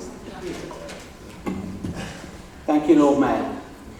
Back in the 1990s, when I was on tour in Germany with my band, our drummer went missing after a gig in Hamburg. I spent hours walking the streets looking for him until eventually I found him in a small bar where he was drunkenly begging the barman to serve him another drink. The barman leaned over, looked him square in the face and said, "What part of the word no do you not understand?" So here we are again, just a month or so after we took the decision to retain the council tax reduction scheme in full, and the Tories are proposing, once again, to take a bite-sized chunk out of it. Last year they wanted 15%, this year it's only 10%. But we know that that money comes directly out of the pockets of the poorest people in our city, the people least able to afford it. That's why we have consistently said no, and that's why we're not about to change our minds now. And why are people struggling financially? Because we've had 14 years of slow growth and stagnation, and now we have a full-blown recession. I'll tell you, what will save us money on the council tax reduction scheme is a new Labour government which will grow the economy and provide good, skilled, well-paid jobs for our citizens. Now, I know the party opposite don't really support the changes to the CTRS. The Task and Finish group, which looked at this last year, was pretty unanimous in their verdict that it needs to remain as it is. There are some things in the amendment that we might have supported if the funding didn't come from the CTRS. We know we need to bolster our planning and enforcement teams, for example, but if this council was properly funded, we would be doing that already. And we are about to invest hugely in our parks, so this amendment would be a drop in the ocean there. And taking money from the least well-off across the city to pay for parking restrictions on the downs, well, that sounds like the absolute definition of pork barrel politics to me. So, we will not be supporting this amendment, and given the cross-party consensus on the Resources Task and Finish group, which considered the CTRS over the summer, I hope no one else will either. Thank you.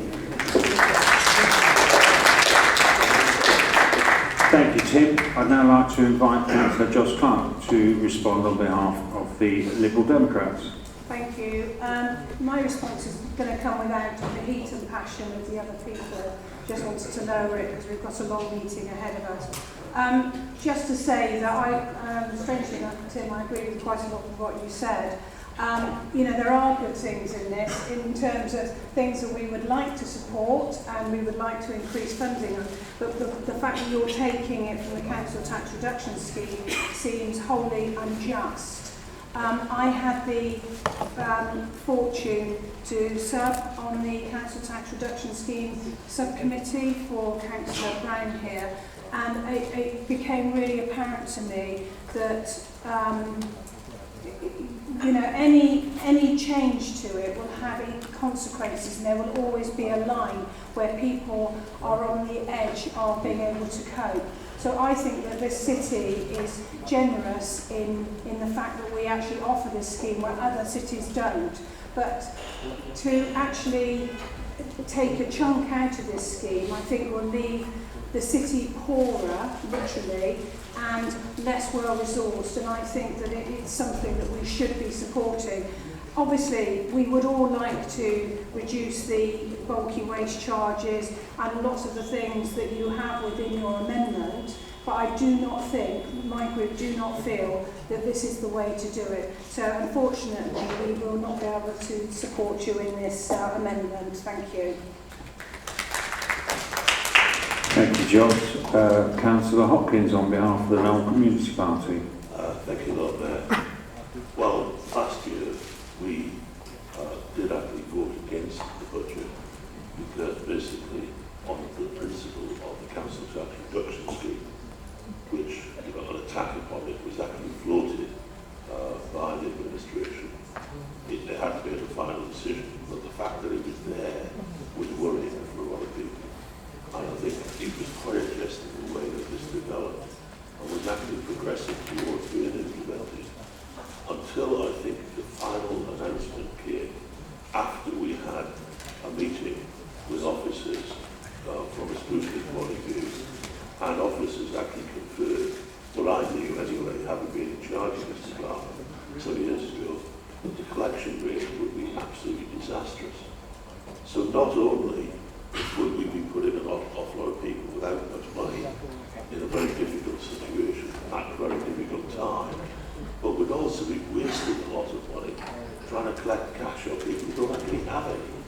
Now that is not good, sensible politics. And the fact that it's actually acknowledged in the amendment here that the collection rate is likely about 65% actually shows you how disastrous this would actually be. So whatever the fraction to one or two of the things that the money is spent on. This should not be supported. And I don't care what other authorities do, whether they abandon all their schemes. This authority should make certain that the poorest in our society are protected. Thank you. Thank you, Joe. Eric, do you wish to respond? No, it's fine. All Thank you. That is the end of the debate. Councillor Morris, as the mover of the amendment, would you like to respond before it is voted on? Thank you, my Lord Mayor. Obviously no surprises there. I believe the Greens abstained last year, but we still know that the budget would pass by their abstention. And, you know, you can't really sit there like Pontius Pilate, washing your hands of responsibility. Who's governor? I think the council tax reduction scheme, I think we proposed 10%, previously Labour proposed 15%. So it's just worth correcting some of those facts. But, and of course, I can't see there being any real change to the economics if Labour does win, because we're still under the PFI. Across the city, for decades to come, PFI is ruining a lot of public services, and I think Labour do need to take some responsibility for that. Thank you. Thank you, Councillor Morris. The amendment summary will now be shown on the screen. This will be an e-vote, so please ensure that you're allocated seats. I think that'll be close.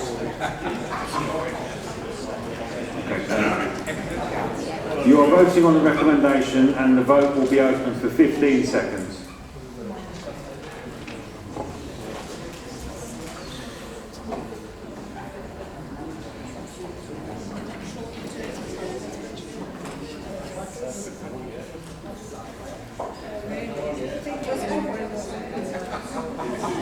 Please vote now.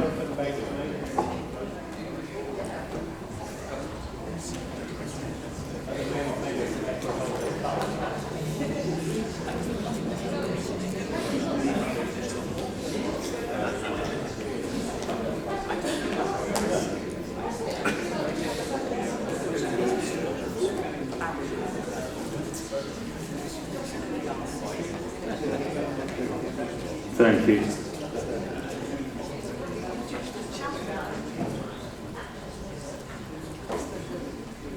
Thank you. I have the votes here. For 14, against 49, no abstentions, so the amendment falls. Moving swiftly on again to Amendment 2, Conservative Revenue Amendment 2. This amendment involves the revenue section of the budget. There will be one vote at the end of the debate. So I'd like to call on Councillor Steve Smith to move the amendment. Thank you very much, my Lord Mayor. This amendment is broadly in two parts. First, we are reallocating a relatively small sum from some internal corporate functions to frontline services. Now, I know these aren't easy decisions, they're not consequence-free, but to govern is to choose, and we are choosing to direct funds towards our priorities and the priorities of people outside this room. Now, Councillor Edwards, you asked for proposals that prioritise essential services and protected the most vulnerable. It's a shame you couldn't think of any, so let me help you out. How about short rates for disabled children? A vital lifeline that supports some of the most vulnerable families in our city. This budget proposes to cut them. This amendment reverses that cut. How about targeted youth work? Not only is the youth zone that the Mayor mentioned in his opening sucking up resources across the city, but the overall envelope for targeted youth work is falling. Now, in a previous life, I used to run Young Bristol. I know it doesn't take much money to change a life, but at this time of all times, cutting that is a mistake. This amendment reverses that cut. In our district car parks, once again, this budget proposes to introduce charges that will decimate our town and village centres that are already hanging by a thread in some cases. It's unnecessary and it's damaging. This amendment reverses it. The second part of our amendment is to bring forward the spending of some of the money raised through the Clean Air Zone. In the forecast at the moment is that by the end of the budget year that we're discussing, there will be unspent £31.5 million sitting there in CAS fees not being used. Meanwhile, we're proposing for the amendment the budget is proposing to freeze the transport levy that funds subsidised bus services. That's a real terms cut to that transport levy because the administration keeps bickering with Weckler about it. Meanwhile, there are bus deserts across this city. Bus services are being cut or cancelled all over the place. That's happening now. Now, there are proposals in a couple of years' time to introduce some extra money. That money's already sitting there. Why are we waiting? Let's get it out there, get it used, and spend it on increasing the bus levy and protecting some of these vital services. Similarly, local transport schemes funded through area committees. There's proposals to use some of the CAS money for that, drip-fed over a number of years. Every councillor in this room has a list, I'm sure, of safety-critical local infrastructure that could be funded by that money now. So why wait? Let's get it out there. Let's get it spent. As I said, to govern is to choose. You have a choice now. If you're happy to cut short breaks for disabled children, if you are happy to cut vital targeted youth work when it is so needed, like now, then vote against this amendment. But people out there are watching you.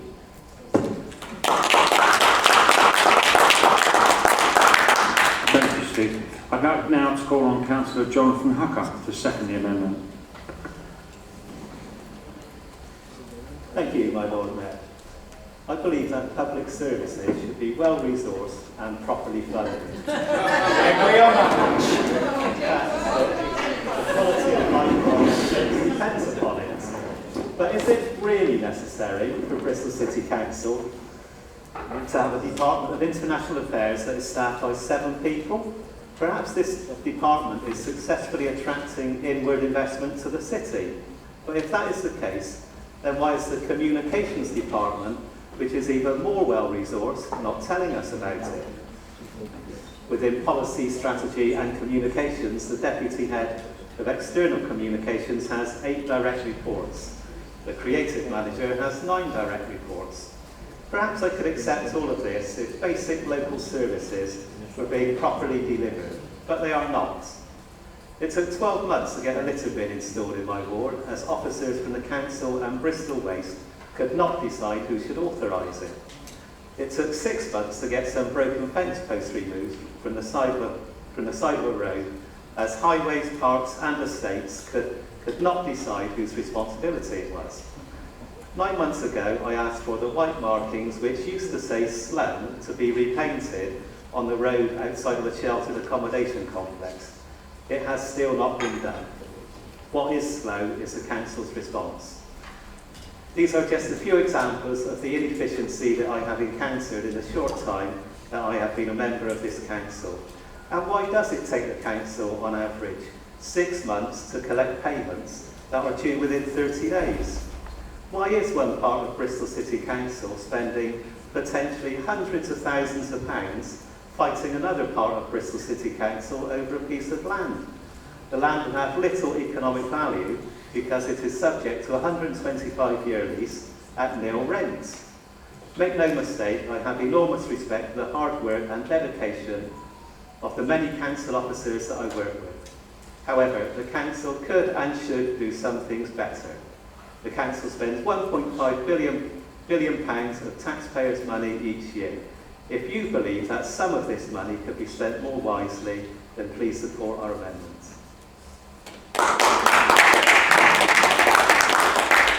Thank you. Now I'd like to call on Councillor Patrick McAllister to speak on behalf of the Green Party. Thank you, Lord Mayor.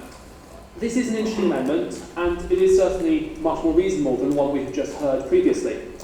Despite the undeniable pantomime nature of the meeting that Mark elegantly points out earlier, it does make the whole process somewhat pointless. I don't think any member here would actually object to reinstating funding for short care breaks to SEND families or to improving facilities for young people. A few things did immediately stand out to me upon reading this amendment and through the officer comments. The very top line does mention the disproportionate impact on female employees and the worsening of the council's gender pay gap. It's not great, but incidental, I'm sure. And what item does that actually pertain to? Cutting the international affairs budget, which sounds interesting, but it would have the side effect, as clearly shown, of damaging Bristol's inclusivity and integration offering. Yet another body blow to the cultural sector after chronic mismanagement under this administration, coming at a time when international events have heightened community tensions in our city. What else? cutting the budget for consultation and public relations, despite this team already having endured swinging cuts with more penciled in. Bristol City Council is about to transition into the committee model of governance, and we will need the ability to properly consult with residents in the future. Cutting this department runs the risk of causing the council to operate blind, making ill-informed decisions that will not have the backing of local communities. I know from my own ward the damage that can be done to communities by decisions made which don't take into account their feelings on the ground, and this amendment could risk much more of that disruption across the city. As for the increase in spending, it's a mixed bag, including some genuinely valuable and, in isolation, very beneficial changes. But unfortunately, the service implications of some of the changes do seem to be quite negative. The headline components to increase funding for SEND and short breaks in youth service, and I think given the tragic events of recent weeks, we all appreciate the need to support these services. But the funding increases here are drops in the bucket compared to the budget pressures the council is facing, and the services that are being cut are vital to the council's operations. It's for these reasons that the Green Group cannot support this amendment. Of course, we all know the primary reason why youth services have been cut by nearly 80% since 2010, and why the entire edifice of SEND support is crumbling, bringing local authorities down with it. The austerity programme that the government has forced on the country has left the social safety net in tatters, and unfortunately we are not seeing signals of change from the main opposition party either. 30 seconds, please, Patrick. I genuinely think that this is a well-intentioned amendment proposal, even if our screens might disagree with it based on values. But ultimately, it is just another Tory budget amendment trying to paper over the cracks wrenched by their own government's cruel austerity. If Conservative members want to truly improve lives in Bristol, as I believe they do, they should lobby their own government to give Bristol the funding it needs to do that, instead of tinkering around the edges.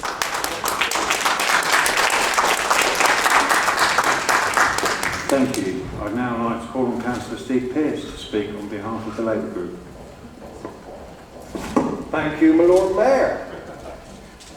I'm getting bored with these amendments. Don't worry, 2 more to go. So while I see the benefit of some of the spending proposals, we don't believe the positive aspects of this amendment outweigh the negatives.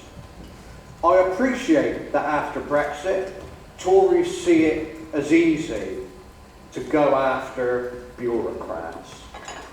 But the policy and strategy teams, the international team, and the public relations and consultation team aren't just faceless drones making up part of the so-called Whitehall blob. On policy and strategy, the policy and public affairs teams are part of this team. They supported the executive to successfully coordinate the Levelling Up Fund bid for Philwood, securing 14 million for a regeneration project in a deprived area of the city. As an Old Wester, this is a cause close to my heart, and I think everyone in this chamber should appreciate how vital a project is. Likewise, they helped the administration secure the funding for Temple Quarter. That's 10,000 homes, 12,000 jobs, and a 1.6 billion boost to the local economy. Without a mayor's office, their work supporting the Executive and Policy and Resources Committee will be all the more important. It would be short-sighted and entirely counterproductive to sack staff members in a team that provides vital support for leveraging government funding. As all parties have acknowledged, government grants are awarded through what's essentially a beauty contest. If you lose, tough luck. No money for new community facilities in deprived areas, bringing kids out of poverty and levelling up our divided city. We need to ensure that Bristol City Council is at the top of its game when it comes to coordinating bids for funding. That alone should be reason enough to vote for this amendment, to vote against this amendment. I'm going to be so glad when I finish. 30 seconds, please, Steve. We're a leading European city, not a village. And we need to attract international investors to deliver a just transition. I'm proud of our relationships with twin cities, and when we have such an inward-looking government, We need our cities and regions to maintain international ties. I urge councillors to do the right thing, the financially prudent thing, and vote against this amendment.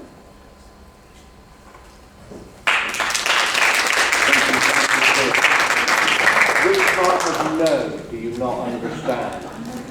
I'd like now to call on Councillor Andrew Varney to speak on behalf of the Liberal Democrats. Thank you, my Lord Mayor.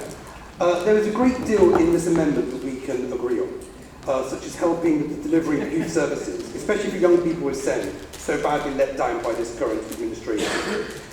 We also support bringing forward spending on local transport schemes and supported buses to improve access to sustainable travel. The Hungerford estate in my ward of Brewston West has been without a bus service for over a year. This has meant hundreds of people, often elderly, have been cut off from accessing doctors and local shops. To add insult to injury, they were excluded from the Westlink scheme, although the minibuses regularly use the estate as a shortcut. We also support a delay in the imposition of charges for district car parks. There are 2 car parks in my ward where the introduction of parking fees is being planned, and as I said in the previous meeting, I am worried that this will have a negative impact on our local shopping areas. We are not so sure about the removal of inflationary uplift to allotment fees and charges. Having held meetings with allotment holders in my ward, they agree that charges need to increase and recognise that they haven't increased for many years. It seems reasonable that these should increase in line with inflation to help deliver a better service. We also have concerns about the source of funding for these proposals, which are likely to lead to staff cuts in already overstretched departments. However, unlike Councillor Pearce, we feel the positives in this amendment outweigh the negatives, and so the Bristol Liberal Democrats will be supporting it, and we want to thank the Conservatives for engaging with the budget process and for making the effort to submit budget amendments. Thank you. Thank you, Andrew. Councillor Hopkins, would you like to respond on behalf of the Knoll Community Party? Thank you, Lord Mayor. We've got the meat of this amendment, which basically says use money from CAS to support bus services and a couple of other worthy causes. Fine. That's very good indeed. We're going to approve of it. What we're not quite so certain on is whether these departments will continue to function or actually start functioning fully effectively. That's a proposed from. But I can take comfort from the fact that we'll have a likely change in administration in the 3 months. You know, we will be looking at all spending, hopefully. I think that's important. I'm surprised in a way that this is a revenue amendment, and revenue amendments is going to run for some considerable time. I'm surprised that officers that actually object to the use of the CA's head money in this way, because how safe is it? We already know that quite a lot of the tickets that have been issued weren't issued legally. There's potential for serious challenge here. So we don't know how dependable that money is that's sat in reserve, what the ongoing situation would be.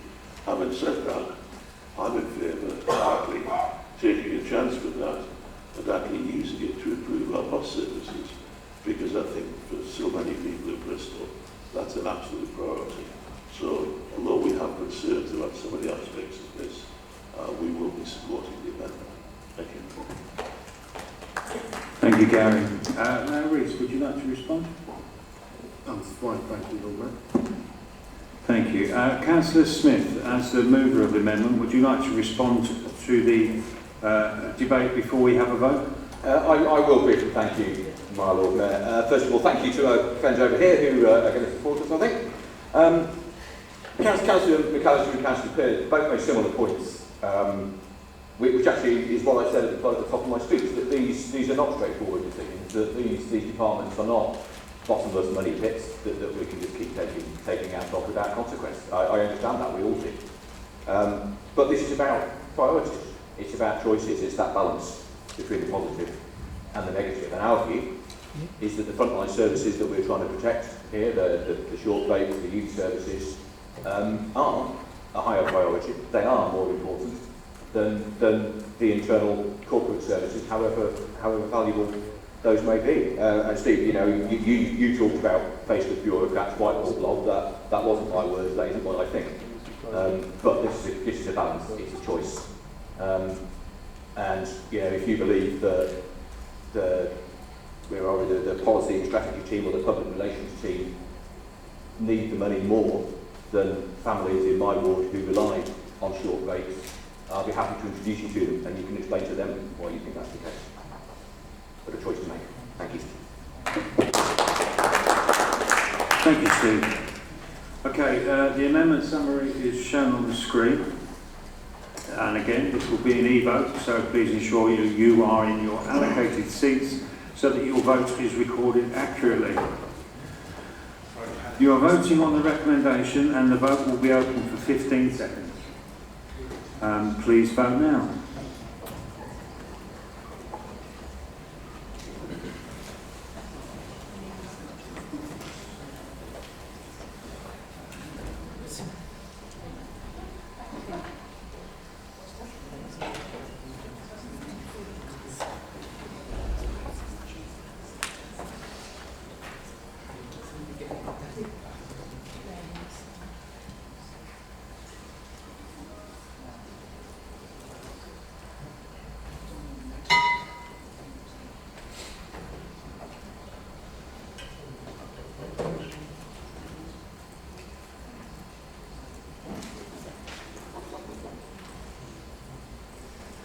Okay, we have the results of the vote.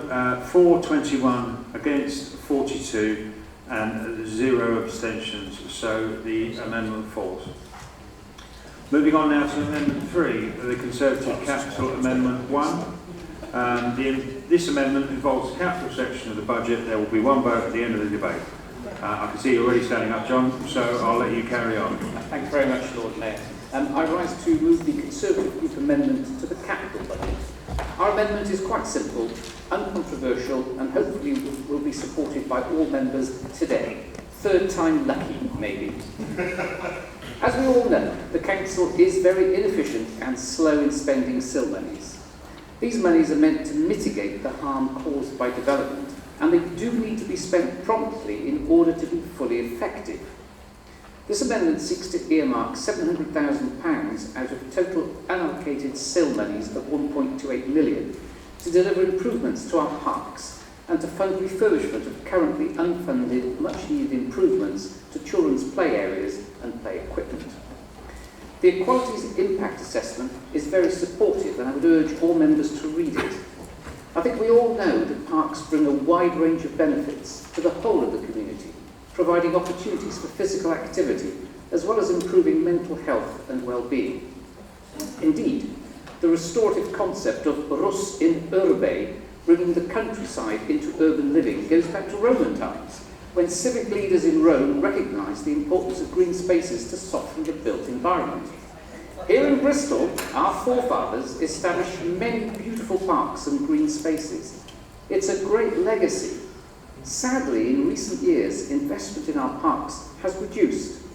Our parks and children's play areas have been left to languish by this administration. This capital amendment is an opportunity to reverse this trend and to bring back some much-needed investment into Bristol's parks, green spaces and children's play areas. I urge members to support this capital amendment. Thank you, Madam Mayor. Thank you, John. I'll put on Councillor Richard Eddy to second. Thank you, Lord Mayor. I rise to second the Tory Group Capital Budget Amendment.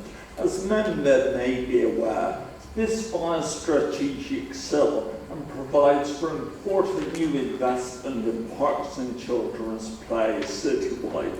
In recent years, full council have wisely backed amendments reallocating strategic SIL to a number of frontline services, which Bristolians strongly feel backed.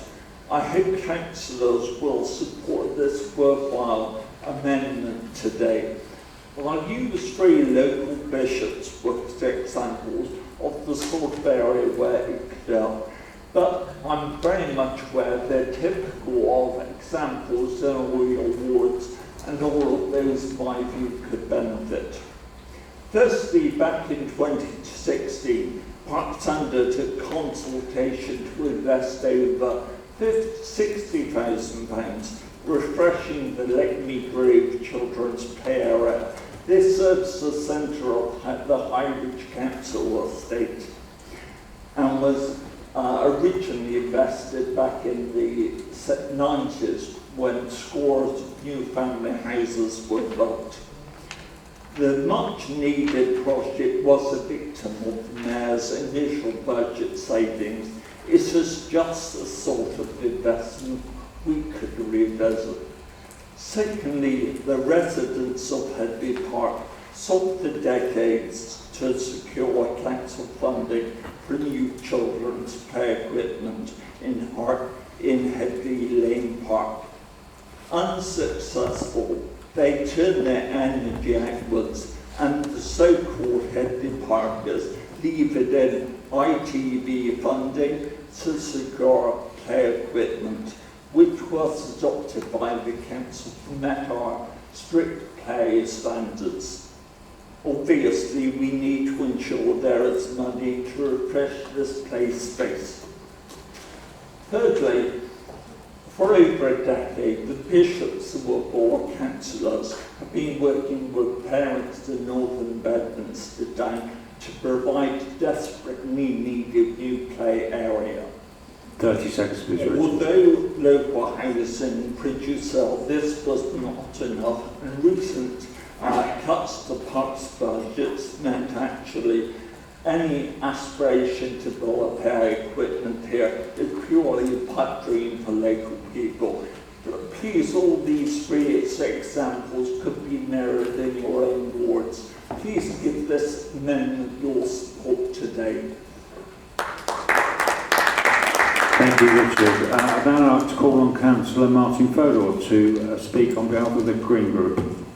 Lord Mayor, we're being asked by the Conservative Group to make a capital amendment to the outgoing Mayor's budget. The proposal is quite familiar, I must say, and if imitation is the sincerest form of flattery, then all credit to the group to my left. Not politically, obviously. Thanks for recycling my successful budget amendment text from last year. Hanged over 3 years, in fact, until it gained the unanimous support of this council. Taking unallocated strategic SIL, the developer funds controlled by the Mayor for now, and spending it on parks and play facilities, of course, does sound useful. Until the funds are spent, they are available. So why not use them to improve our parks and our play equipment? But on closer look, this raid on the budget needed for the Froome Gateway regeneration is unwise and unadvisable, and it does have equalities impacts. As the note on the proposal from officers says, if the amendment progresses, this will reduce the funding available to commission the Froome Gateway framework. It says there may be insufficient funds to progress the full framework. So why would this matter? It matters because the local community in St Paul's and St Jude's are very sceptical of the council. They don't trust us to look after the area, and they see regeneration as a euphemism for gentrification. Without a strong framework to guide development, then it will be gentrification, not regeneration. The council, just last week, you'll find it on the BBC and lots of other news outlets, the council issued an assurance to residents that it won't be that. But the area along the Froome is already facing all sorts of speculative development. We must manage untrammeled development, and the speculation has to be controlled. With a framework and community input to the process, our public goals and objectives and the protection of equalities issues for the community can be achieved as far as possible. But without one, we could be left with the wrong development in the wrong place of the wrong type. It would mean less affordable housing, less council housing, missing public facilities, less public space, and indeed less likelihood of creating vibrant, balanced, diverse communities, able to rely on active travel, healthy spaces, healthy streets. 30 seconds, please, Mark. Yeah, thank you.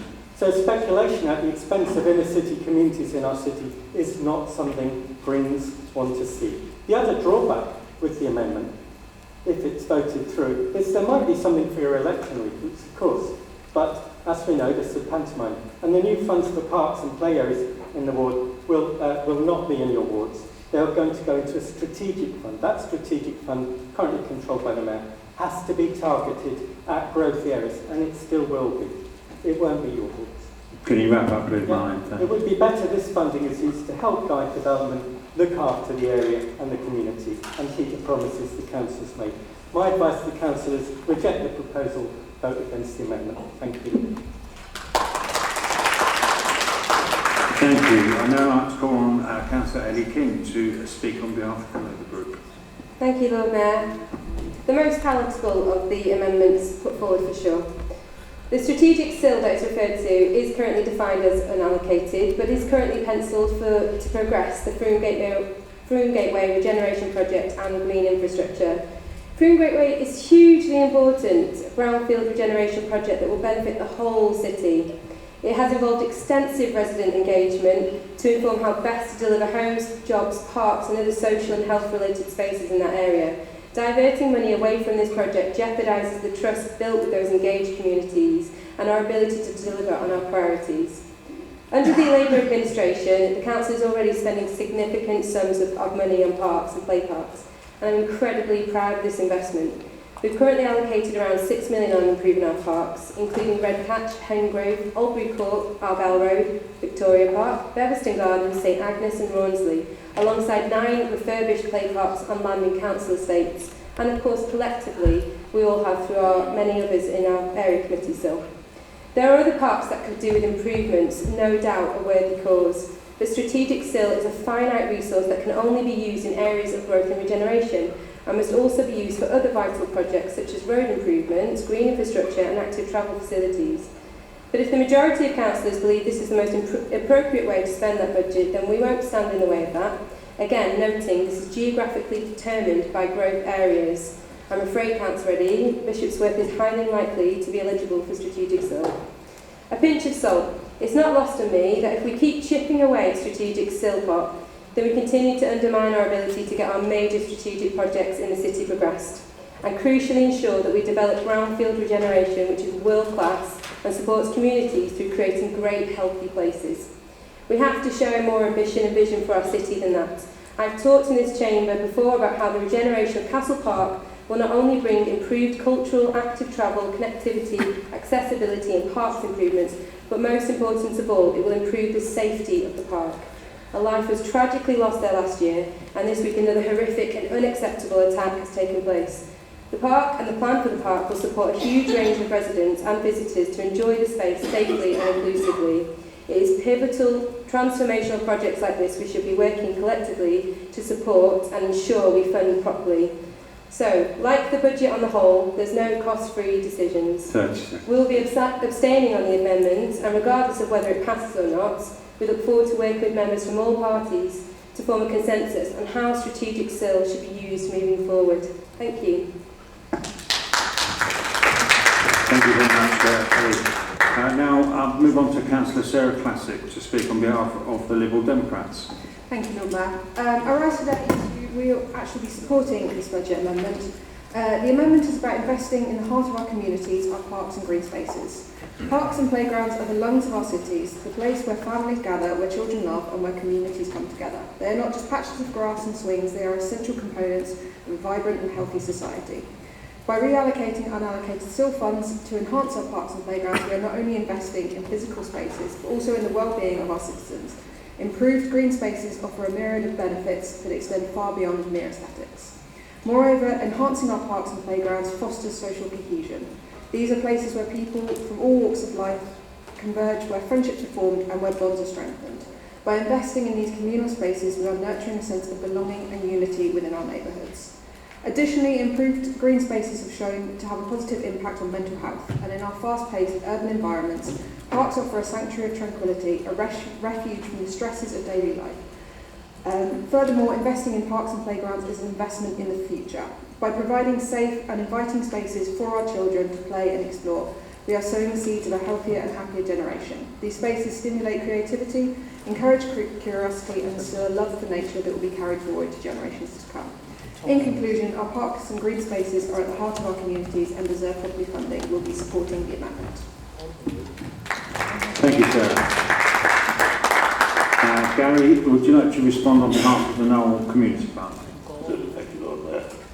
We'll be supporting this parks and authority for the city, and they must continue to be so, and everything else. So that's fine. What I would like to refer to is some of these speeches which seem to wander completely away from the subject of the proposal. We actually we actually have in our ward a plan now for regeneration of our town centre. It's absolutely vital. 90% of our residents in the ward are desperately to proceed to get a new shopping centre. And that development will produce £4 million of strategic sale. So it's vitally important. And where is it next to? A vitally important park that's desperately in need of funding. And that funding will be blocked by the parties who are actually opposing our regeneration scheme. Now, I mean, I know that it was unfortunate that the Labour Party made people voting their approval or disapproval of the scheme, but eventually it's gone through the processes. We have a resident who's actually opposing this and taking this council to court. I have to say that two of the parties, the Green Party and the Liberal Democrats, have been most irresponsible with this. They have not taken proper account of what local opinion actually is.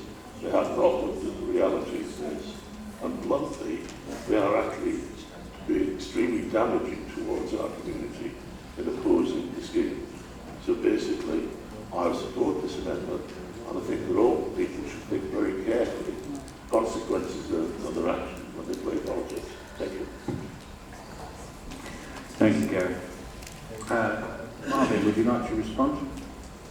No, it's all fine for the councillors to lead this. Thank you. This is the end of the debate. Councillor Galandros, would you like to respond to anything you've heard? Thank you, my Lord Mayor. I keep thinking third time lucky, maybe. I'm grateful for the support from the KCP and the Liberal Democrats. I'm grateful for Labour to abstain. I'm genuinely puzzled that the Green Party does not seem to want to support green spaces and parks. I find that mind-boggling and very strange. I hope, because you're unwhipped, that some of you will see the light and will recognise that Green Party supporting green spaces and parks is fairly normal and quite right. Thank you, Lord Mayor. Thank you, John. Okay, the amendment summary is shown on the screen. This will be an e-vote, so please ensure you're in your allocated seats so that your vote is recorded accurately.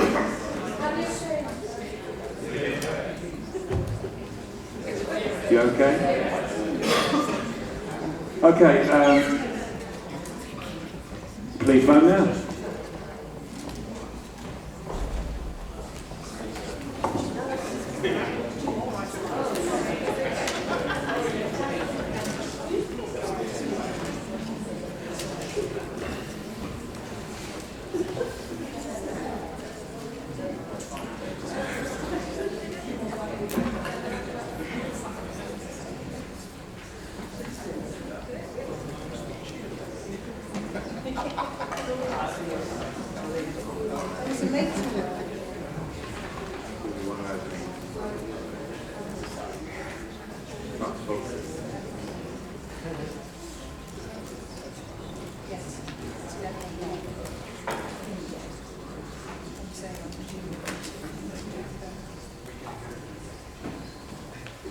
Okay, we have the votes counted, and for are 20 and against 17.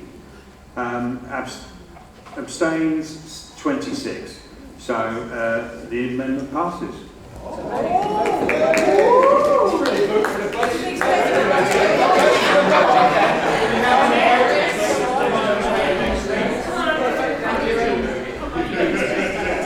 Thanks, everyone. I'm as shocked as you are. Okay, come on. We're moving on to Amendment 4. The Liberal Democrat Revenue Amendment 1, please. So this amendment involves the revenue section of the budget. There will be one vote at the end of the debate. And I'd like to call on Councillor Andrew Brown to move the amendment. Sorry, got a bit ahead of myself there, my Lord Mayor. I'm not going to rehearse all the arguments about the funding and cost pressures the council faces. We've heard enough about that. But suffice to say, it's been more difficult than ever to put together amendments for this budget. In the time allowed, with the resources that we have at our disposal, I don't think any of the groups are going to be able to do anything other than tinker around the edges of the overall budget, especially given the constraints imposed. My group's approach has been to work with officers to produce an amendment that focuses on two key issues that have recently been discussed in this chamber with unanimous support, and in such a way that they minimise the impact on other services and the reserves from which we're proposing to take money from. As such, it's a modest proposal. First, subsidised buses. We all know in this chamber the challenges that people across the city face with the reduction in loss of bus routes over the years. Now, this chamber agreed 2 months ago that the CAS funds should be spent predominantly on new projects to encourage the use of public transport and active travel. But what have the last 2 months seen? Well, we've seen a schedule of the income from the CAS funds, and we've seen it used to plug the general revenue account public budget gap. It's used as a substitute for ongoing revenue spending and kicking the can down the road for future administration to fix. And that means all of us who are hoping to be here going forward when the committee system comes in. We've seen 16 million of that CAS money already used, and this year that we're still in, which wasn't a feature of the budget last year. So there's no doubt that CAS monies will have to be reprofiled and reallocated. And I'm actually impressed that Tories have tried to do that in the amendment that they brought forward. I didn't feel that was quite the way to go forward for this meeting, but well done to them for that. So this motion is about setting a marker for what we want to see going forward, and that is to bring forward funds from the unutilised reserves to accelerate the small element of new funding on supported buses that's anticipated to come in 25-26, so that services can start in this coming year. Now, we know that it takes months to put these things together to get things up and running, and that is why it's a modest amount of money that we're proposing towards buses. Libraries. Last month, we had a motion here, and we talked about the impact that the recruitment freeze has had in crippling the branch library service in this council. 30 seconds, please, Andrew. Now, that was imposed due to overspends elsewhere in the council, but it has had an impact, and we're still seeing that impact. 4 libraries were closed today, including the library in my ward. So our amendment's another modest measure to help support the service to recover and cover things like agency costs that might be required whilst permanent positions are being recruited to. Thank you. Thank you, Andrew. I'd like to call on Councillor Tim Kent to second. Thank you, Lord Mayor. I second our budget amendment, which will make a real difference within our communities and counter the negative impact caused by Labour's cuts to our vital community services. Our library network has been severely undermined by a policy to cut funding to libraries and allow branches to close at no notice to residents, no notice to the community groups that use them, no notice to those that rely on computers to job hunt or pay their bills. This recovery fund will ensure our branch libraries have the staff to open, money to invest in more books, out-of-hours opening, and better engagement with their communities. It will ensure libraries remain at the centre of our communities. We have also seen our community bus services devastated by the decision of local Labour leaders to sacrifice bus routes. This is despite being offered funding to support them, ironically by central government. We have lost dozens of bus routes here in Bristol due to the decision to divert money off into empty Westlink buses or birthday bus tickets. Whole communities have been left with no service, such as South Whitchurch in our ward. In Brislington, as my colleague has already said, cutting buses that connect communities in South Bristol to the only college that does A-levels in south of the river. Residents in Knoll have told me that they are now unable to access South Bristol Hospital as their bus service was cut by Labour. But shockingly, That cut, the last budget, was supported by the Green Party. Of course, last year, the Green Party were Labour's little helpers. Last year, voting to charge for recycling and to vote down community bus services. Happy to cut services last year. Oh, how the Greens have twisted this year, now they're close to an election.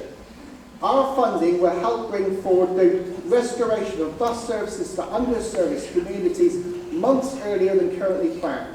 To help people choose to leave their cars at home and choose sustainable transport. So I hope councillors will support our amendment, although I fear the majority of this chamber will not. We'll probably see the Greens now vote against libraries, vote against buses, just as we saw them vote against parks just a few minutes ago. How May's elections are going to go really well for you? It looks like your strategist 30 seconds, please, has really thought this through on what you're going to do today. I think your strategists will just vote against everything and not care about the consequences to our communities. So you have a choice. You can continue to vote against every option brought to you today and then vote against the budget if you wish, but we'll be back here next week. But believe me, we will continue fighting for our communities even if you can't be bothered over there. Thank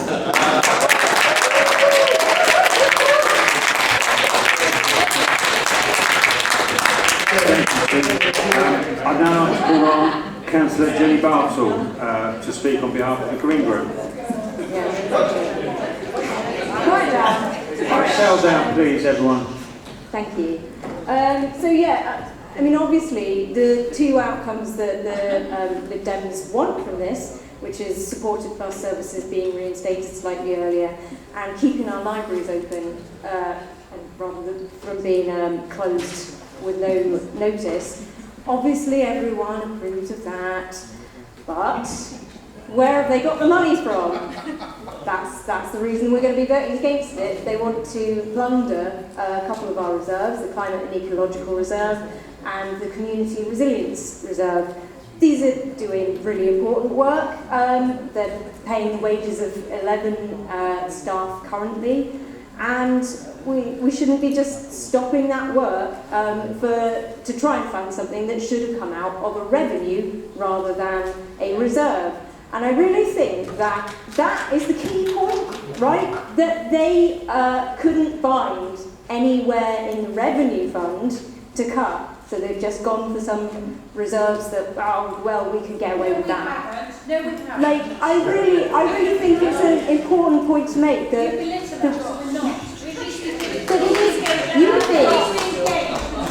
Can we just have one person speaking at a time, please, Josh? We engaged a lot.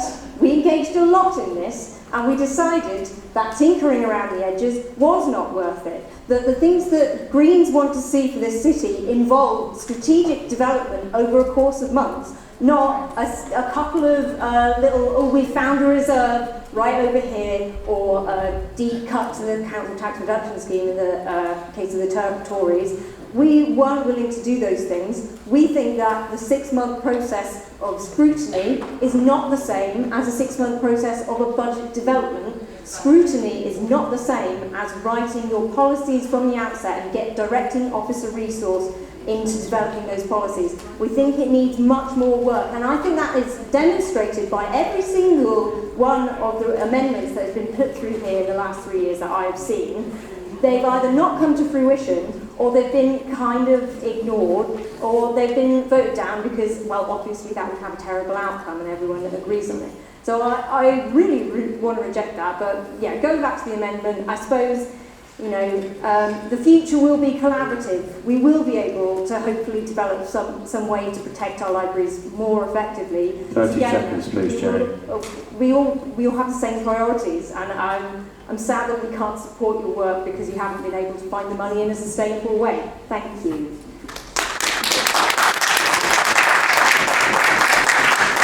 Thank you, Jenny. And I'd now like to call on Councillor Bennett to speak on behalf of the Labour Group. Thank you, Lord Mayor. The problem with this amendment is not what they're trying to fund, but what it would cut.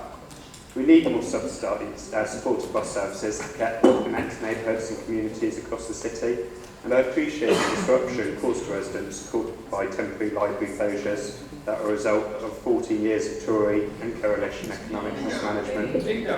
We remain proud to have maintained all our libraries where so many councils have been unable to do so.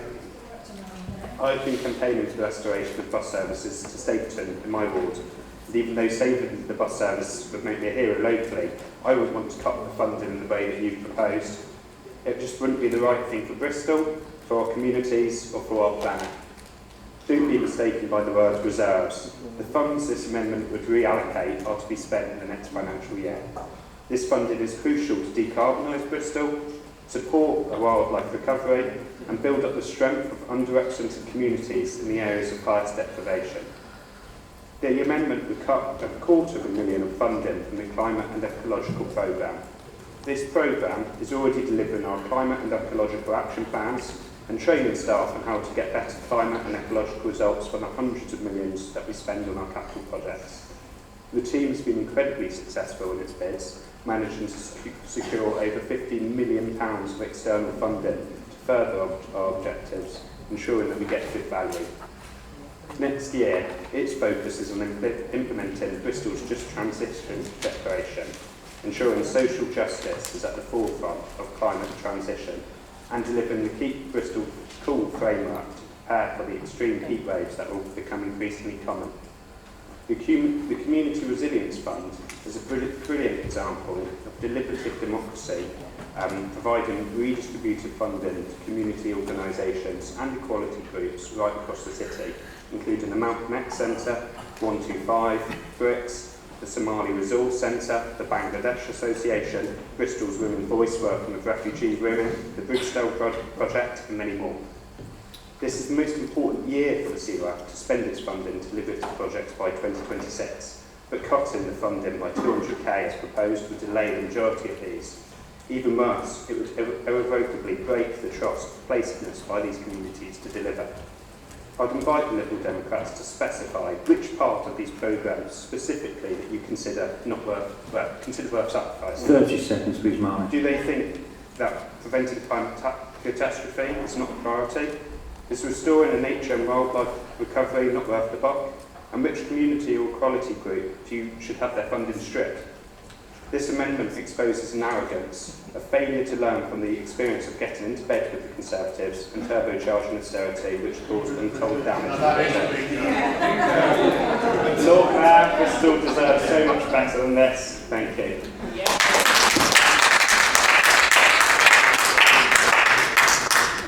Thank you, Councillor Bennett. I'd now like to call on Councillor Jeff Gollop to speak on behalf of the Conservative Group.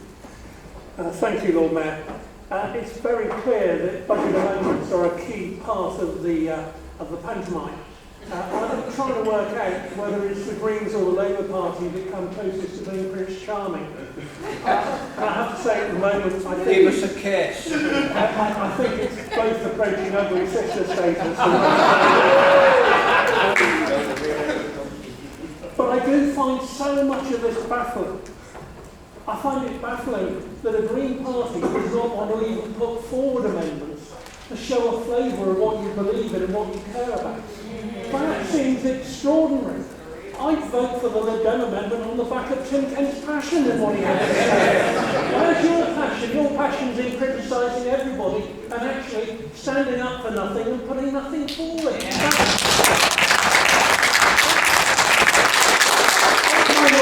That's that failure. And let's be honest, no, you didn't vote for the council tax reduction scheme last year. What you did is you abstained when you know it would go through anyway. That is when you could have stopped it. But you didn't. You supported it by sitting on your hands. That isn't leadership. That isn't taking decisions. That isn't making it happen. That is running scared, which is what it looks like you're doing now.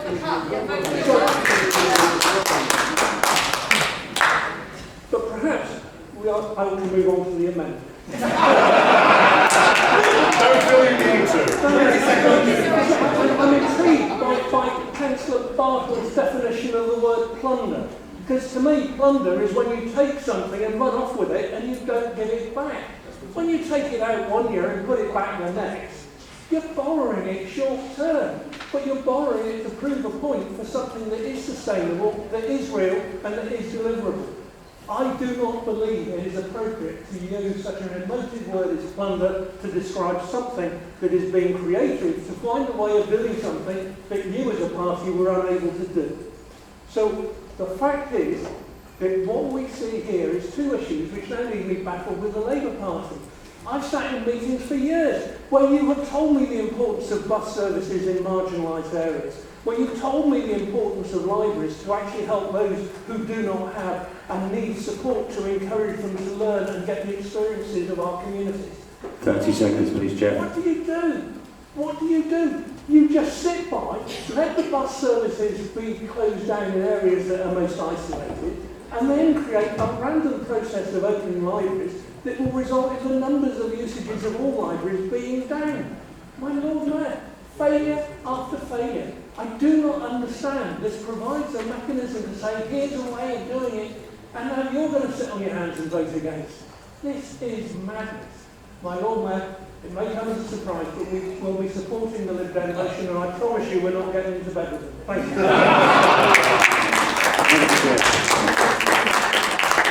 Councillor Hopkins, would you like to respond on behalf of the non-community party? Thank you, Lord Mayor. We're clearly, as I think everyone of us here supports where spending would actually be important areas. And strangely enough, the Community Resilience Fund, which is a concept which is very important. I have looked at this in a degree of detail, and our concerns is that whether the money has been spent as wisely as it should have been. And I think that's shared by a number of people. I think that, therefore, although I have doubts about this being a coherent long-term policy, on balance, it makes sense to support this. And actually, we hope again that there will be some more thorough work done in 3 months to actually make certain that our libraries survive. Because it's not just a matter of bunging in some short-term cash. What's not actually happened is a plan that integrates what the services that the libraries could actually provide has been a trusted space in all our communities. More things should be delivered through libraries than are now, because we can't afford to have offices here and offices there, etc. And libraries could be doing more than they are at the moment, and they need support.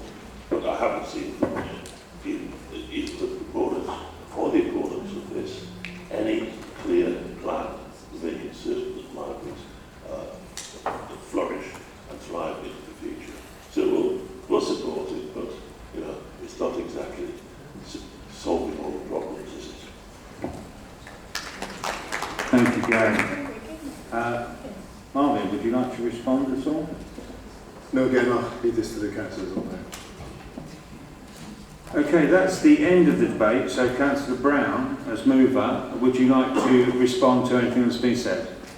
Thank you, my Lord Mayor. Yes, I will respond. I'll go around comments in turn. Councillor Bartels, you talked about the source of the funding. As did your colleague, Councillor Stafford Townsend, when we proposed our amendment last year, and I'll get the same response again, which is I'm old enough to remember when a member of your benches got up and proposed taking money out of the flood defences reserves. I don't know if you yourself voted for it, but that was something that was proposed from your benches, so I'll take comments on the source of funds with a pinch of salt. Well, it's about Councillor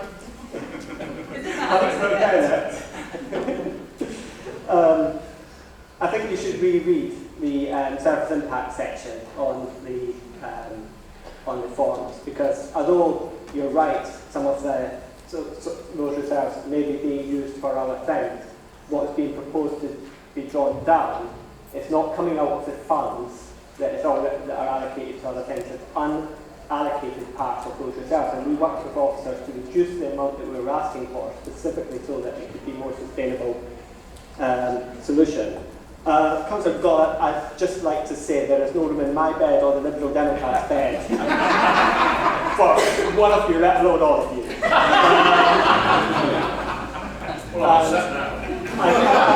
Councillor Hopkins, I think you're right. This isn't proposing to be a solution to the issues that the library service or indeed the subsidised buses. in this city. It's a measure designed to bridge a gap into the next system, and then when we're all together as a committee, we can look at how we develop those strategic approaches to services going forward. Thank you. Thank you, Councillor Brown. Okay, the amendment summary is shown on the screen. So again, this will be an e-vote. Please ensure you are in your allocated seats so that your vote is recorded accurately. You are voting on the recommendation and the vote will be open for 15 seconds. Can you please vote now?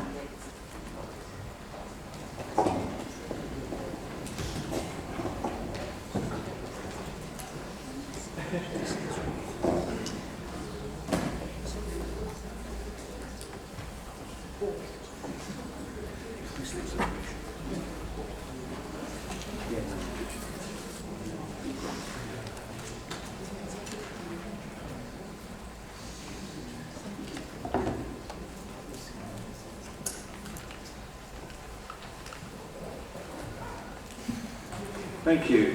So I have the results of the vote.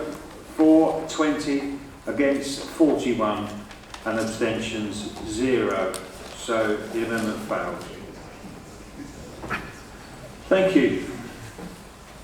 We now move to section 7 of the procedure. At this point, I'd like to ask the Chief Financial Officer to confirm the position in terms of the budget amendments that have been carried. Thank you, Lord Mayor. I can confirm from the 4 budget amendments that were submitted, one has been carried, and that is the Amendment 3 from the Conservative Group, Capital Amendment 1. Thank you very much. So as per the procedure, I, as Lord Mayor, now formally move that full council notes the Chief Financial Officer's statement as required under the Local Government Act 2003.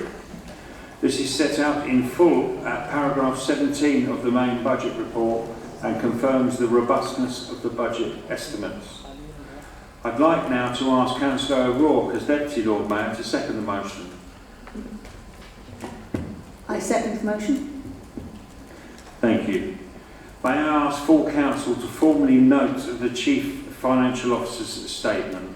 All those in favour say aye. Aye. All those against say nay. Okay, the ayes have it. Thank you. I now suggest we take a 20-minute refreshment break. But please come back in 20 minutes. Thank you.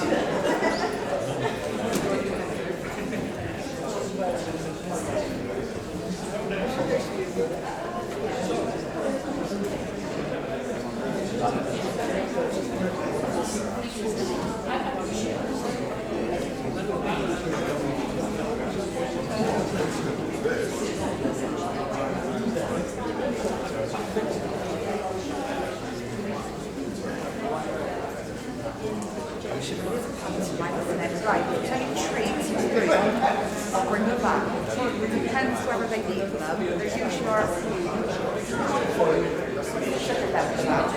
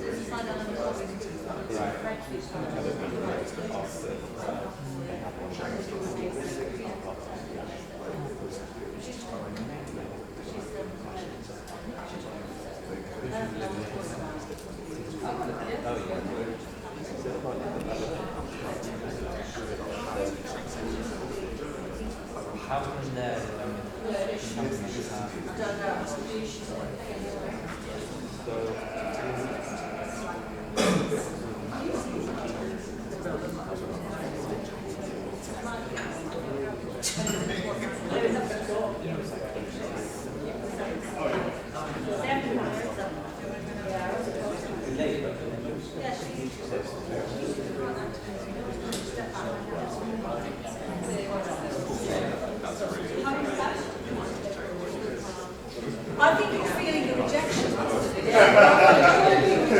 Look at me, I've been rejected all my life.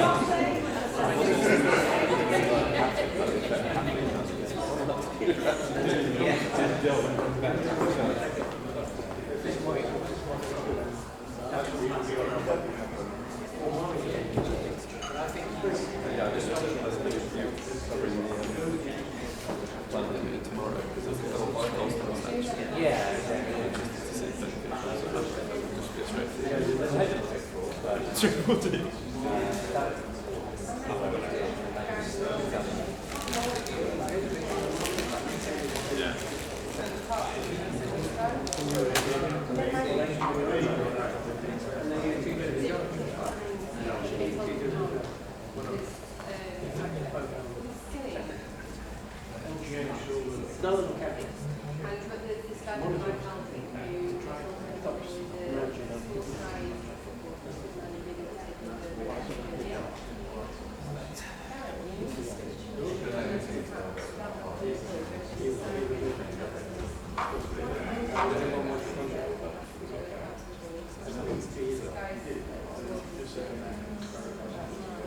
trying to say mistakes and he used to do it before, and now he's just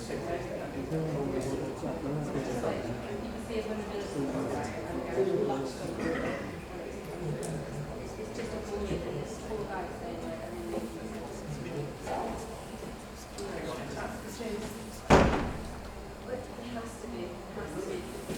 unacceptable. There's so many vulnerable people in these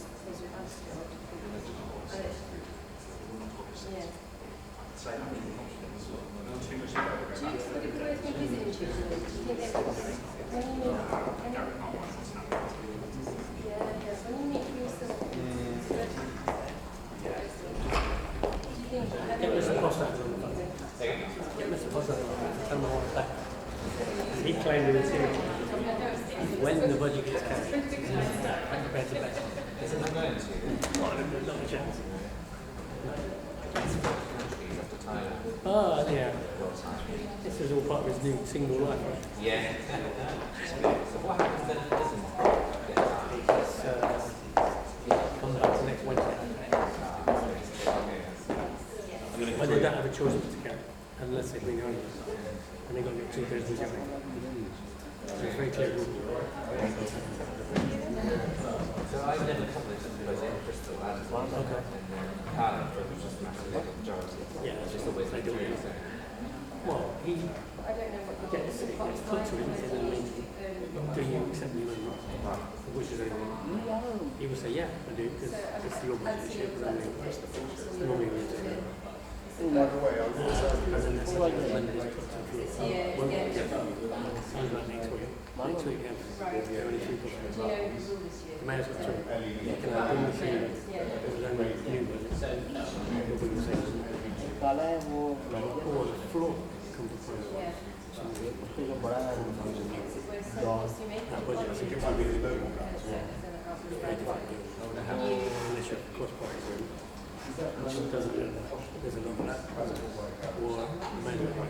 And then the manual is something next week. You're going to have legal responsibility. You'll be failing your legal use. What happens in the week in between?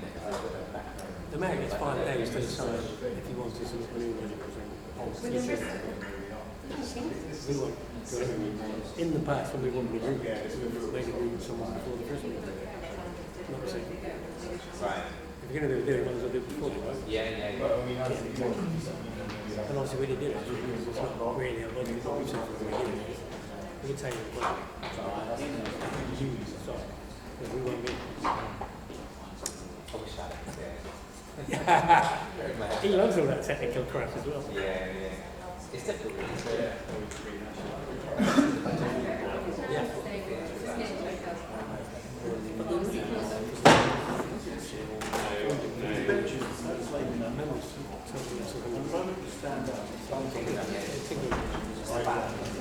It's not good. We're getting run around.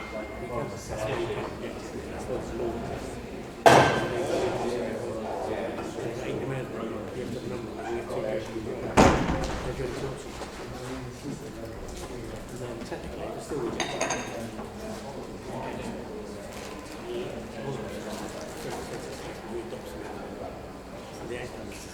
Yeah. Social care stuff. Yeah. The land is very important. So much. It's not fair. There's a line of money which is if you have this 4 transition, 3 of them will take home 70% of the budget, 10 of them will take debt, so leave you 12%.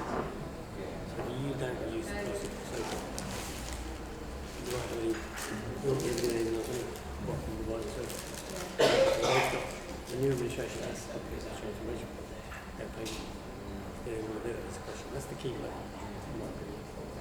Anyway, are you well? Yeah. Good. Yourself? Not bad, actually. Yeah. Counting the days. Yeah. Got big plans out there? Not really. Not yet. I want to take a break. I'm going to the States for 10 days. My son's like you. So yeah, it's just for work. And then we'll go back to not get control of it. So we'll see what we can do. I've done 8 years. Hey, Joey, how are you? All right, you? Yeah. We've got 3 questions, right? What was the thing that actually what's happened to you right before? Second question is, are we using it to the second question is, what is your management? Who's doing what, where, when, right? We cut that out into 2 ways. Anyone who thinks at the time, what's the structure? Food. And also, what's the farm?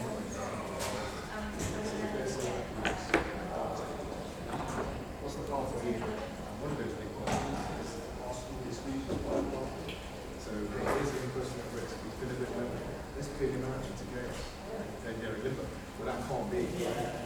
So the first question is, what's the organisation structure? The third question is, where's the money? So Martin, the guy that's from Colombia. I'm waiting.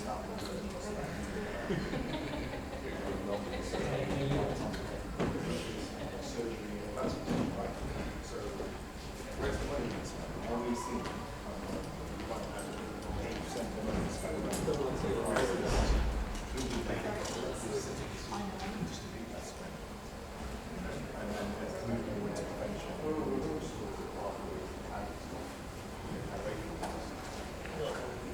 So that's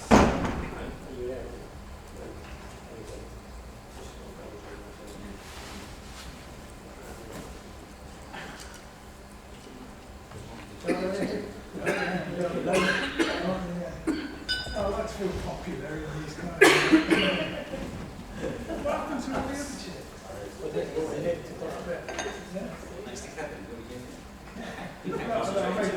made a policy decision.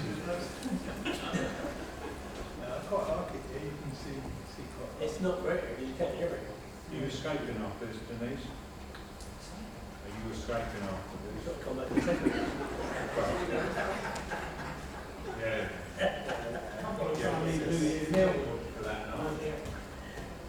Well done. I think we should bring the time forward, make it 2 o'clock or something. What time is it? You're in charge of that. Just do it. That's the way I look. Just what we've done by the time I've got to go into one. Well, we're looking for a couple of days. So there'll be no amendments, will there? No, can't have amendments. So it's just It's literally only a very budget for if somebody proposes an alternative budget to draw.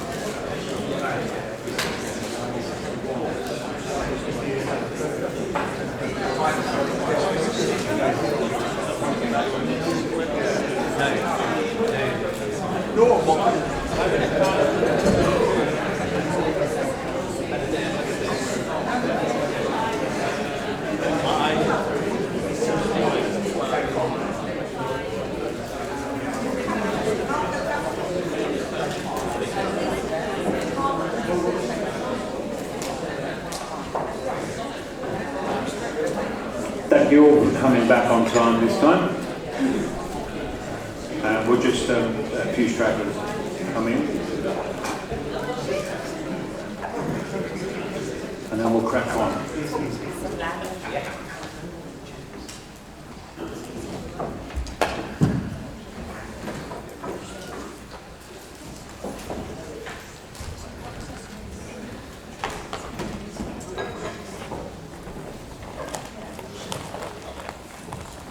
Okay, we now move to section 8 of the procedure. This will be the wider debate on the revenue and capital budget as amended. This is the opportunity to debate the budget that full council has amended and proposed to the Mayor. Following this debate, the Mayor will be asked to indicate whether he will accept these amendments and present an amended budget for approval, or if he wishes to take a period of time for consideration. Following this debate, there may be an adjournment in order for the Mayor to make that decision. Please may I remind members that this is a point where you can make comments about any part of the budget recommendations. So, to start with, I'd like to call on Councillor Guy Pulteney to speak on behalf of the Green Group. My Lord Mayor, I'd like to test the will of Council, move direct to the vote.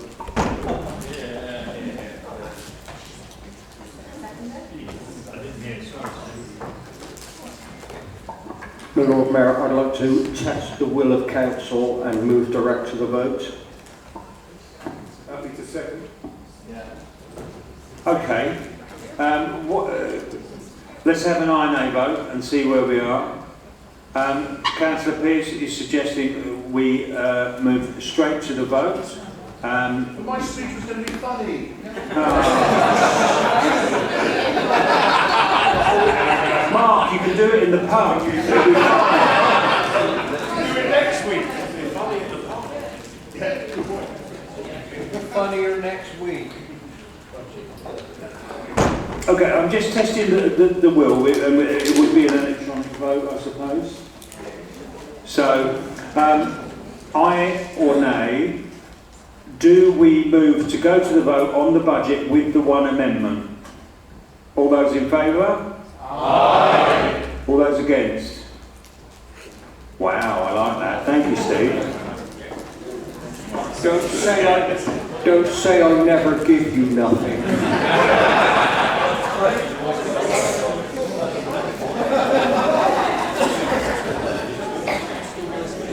I'm just going to, we'll have a short minute when... Yeah. Yeah, I accept the amended budget and over to councillors to vote. Thank you very much.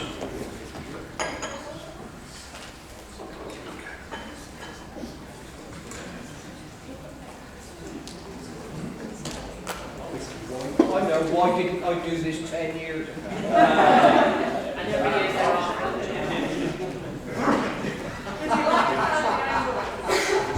I think everyone's going to owe Councillor Pearce a pint at the end, but there you go. Okay, we have an amended budget that will be accepted by the Mayor. I can now advise full council that the Mayor has indicated that he is accepting the budget with the amendment as carried earlier at this meeting by full council. That being the case, we move straight to section 11 of the procedure. We are now going to proceed to vote on the budget recommendations as per the report and as displayed on the screen. Firstly then, as Lord Mayor, may I ask the Council to note recommendations A to F. All those in favour say aye. Aye. All against say nay. Okay, the ayes have it. So we now move to vote 1. This is recommendations G to O. I hereby move recommendations G, H, I, J, K, L, M, N and O. These are being shown on the screen soon.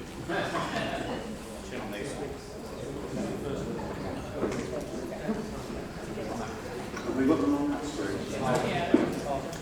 I've been told they're on the main screens down there, but my eyes aren't good enough to see from here. So I'd like to ask Councillor O'Rourke as Deputy Lord Mayor to second the motion. I second the motion, reserving my remarks. Thank you very much, Paula. Okay, so this will again be an e-vote. Please ensure you're in the right seats. You are voting on recommendations G to O, and the vote will be open for 15 seconds.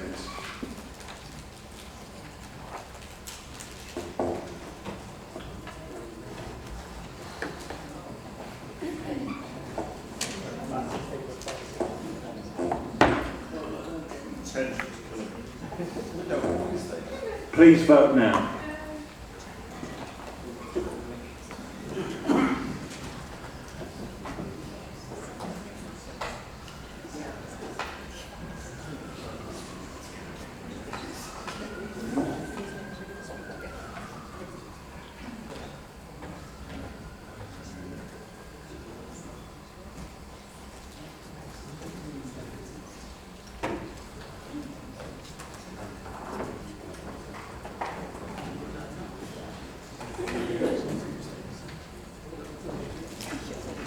The results are in.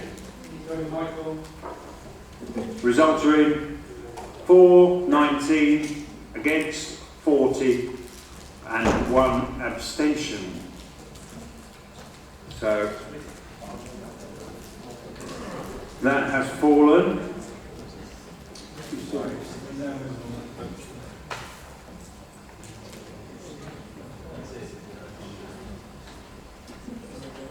Okay, so as that's fallen, we can't proceed with the rest of the votes. So you'll have to wait until I just get to my last page.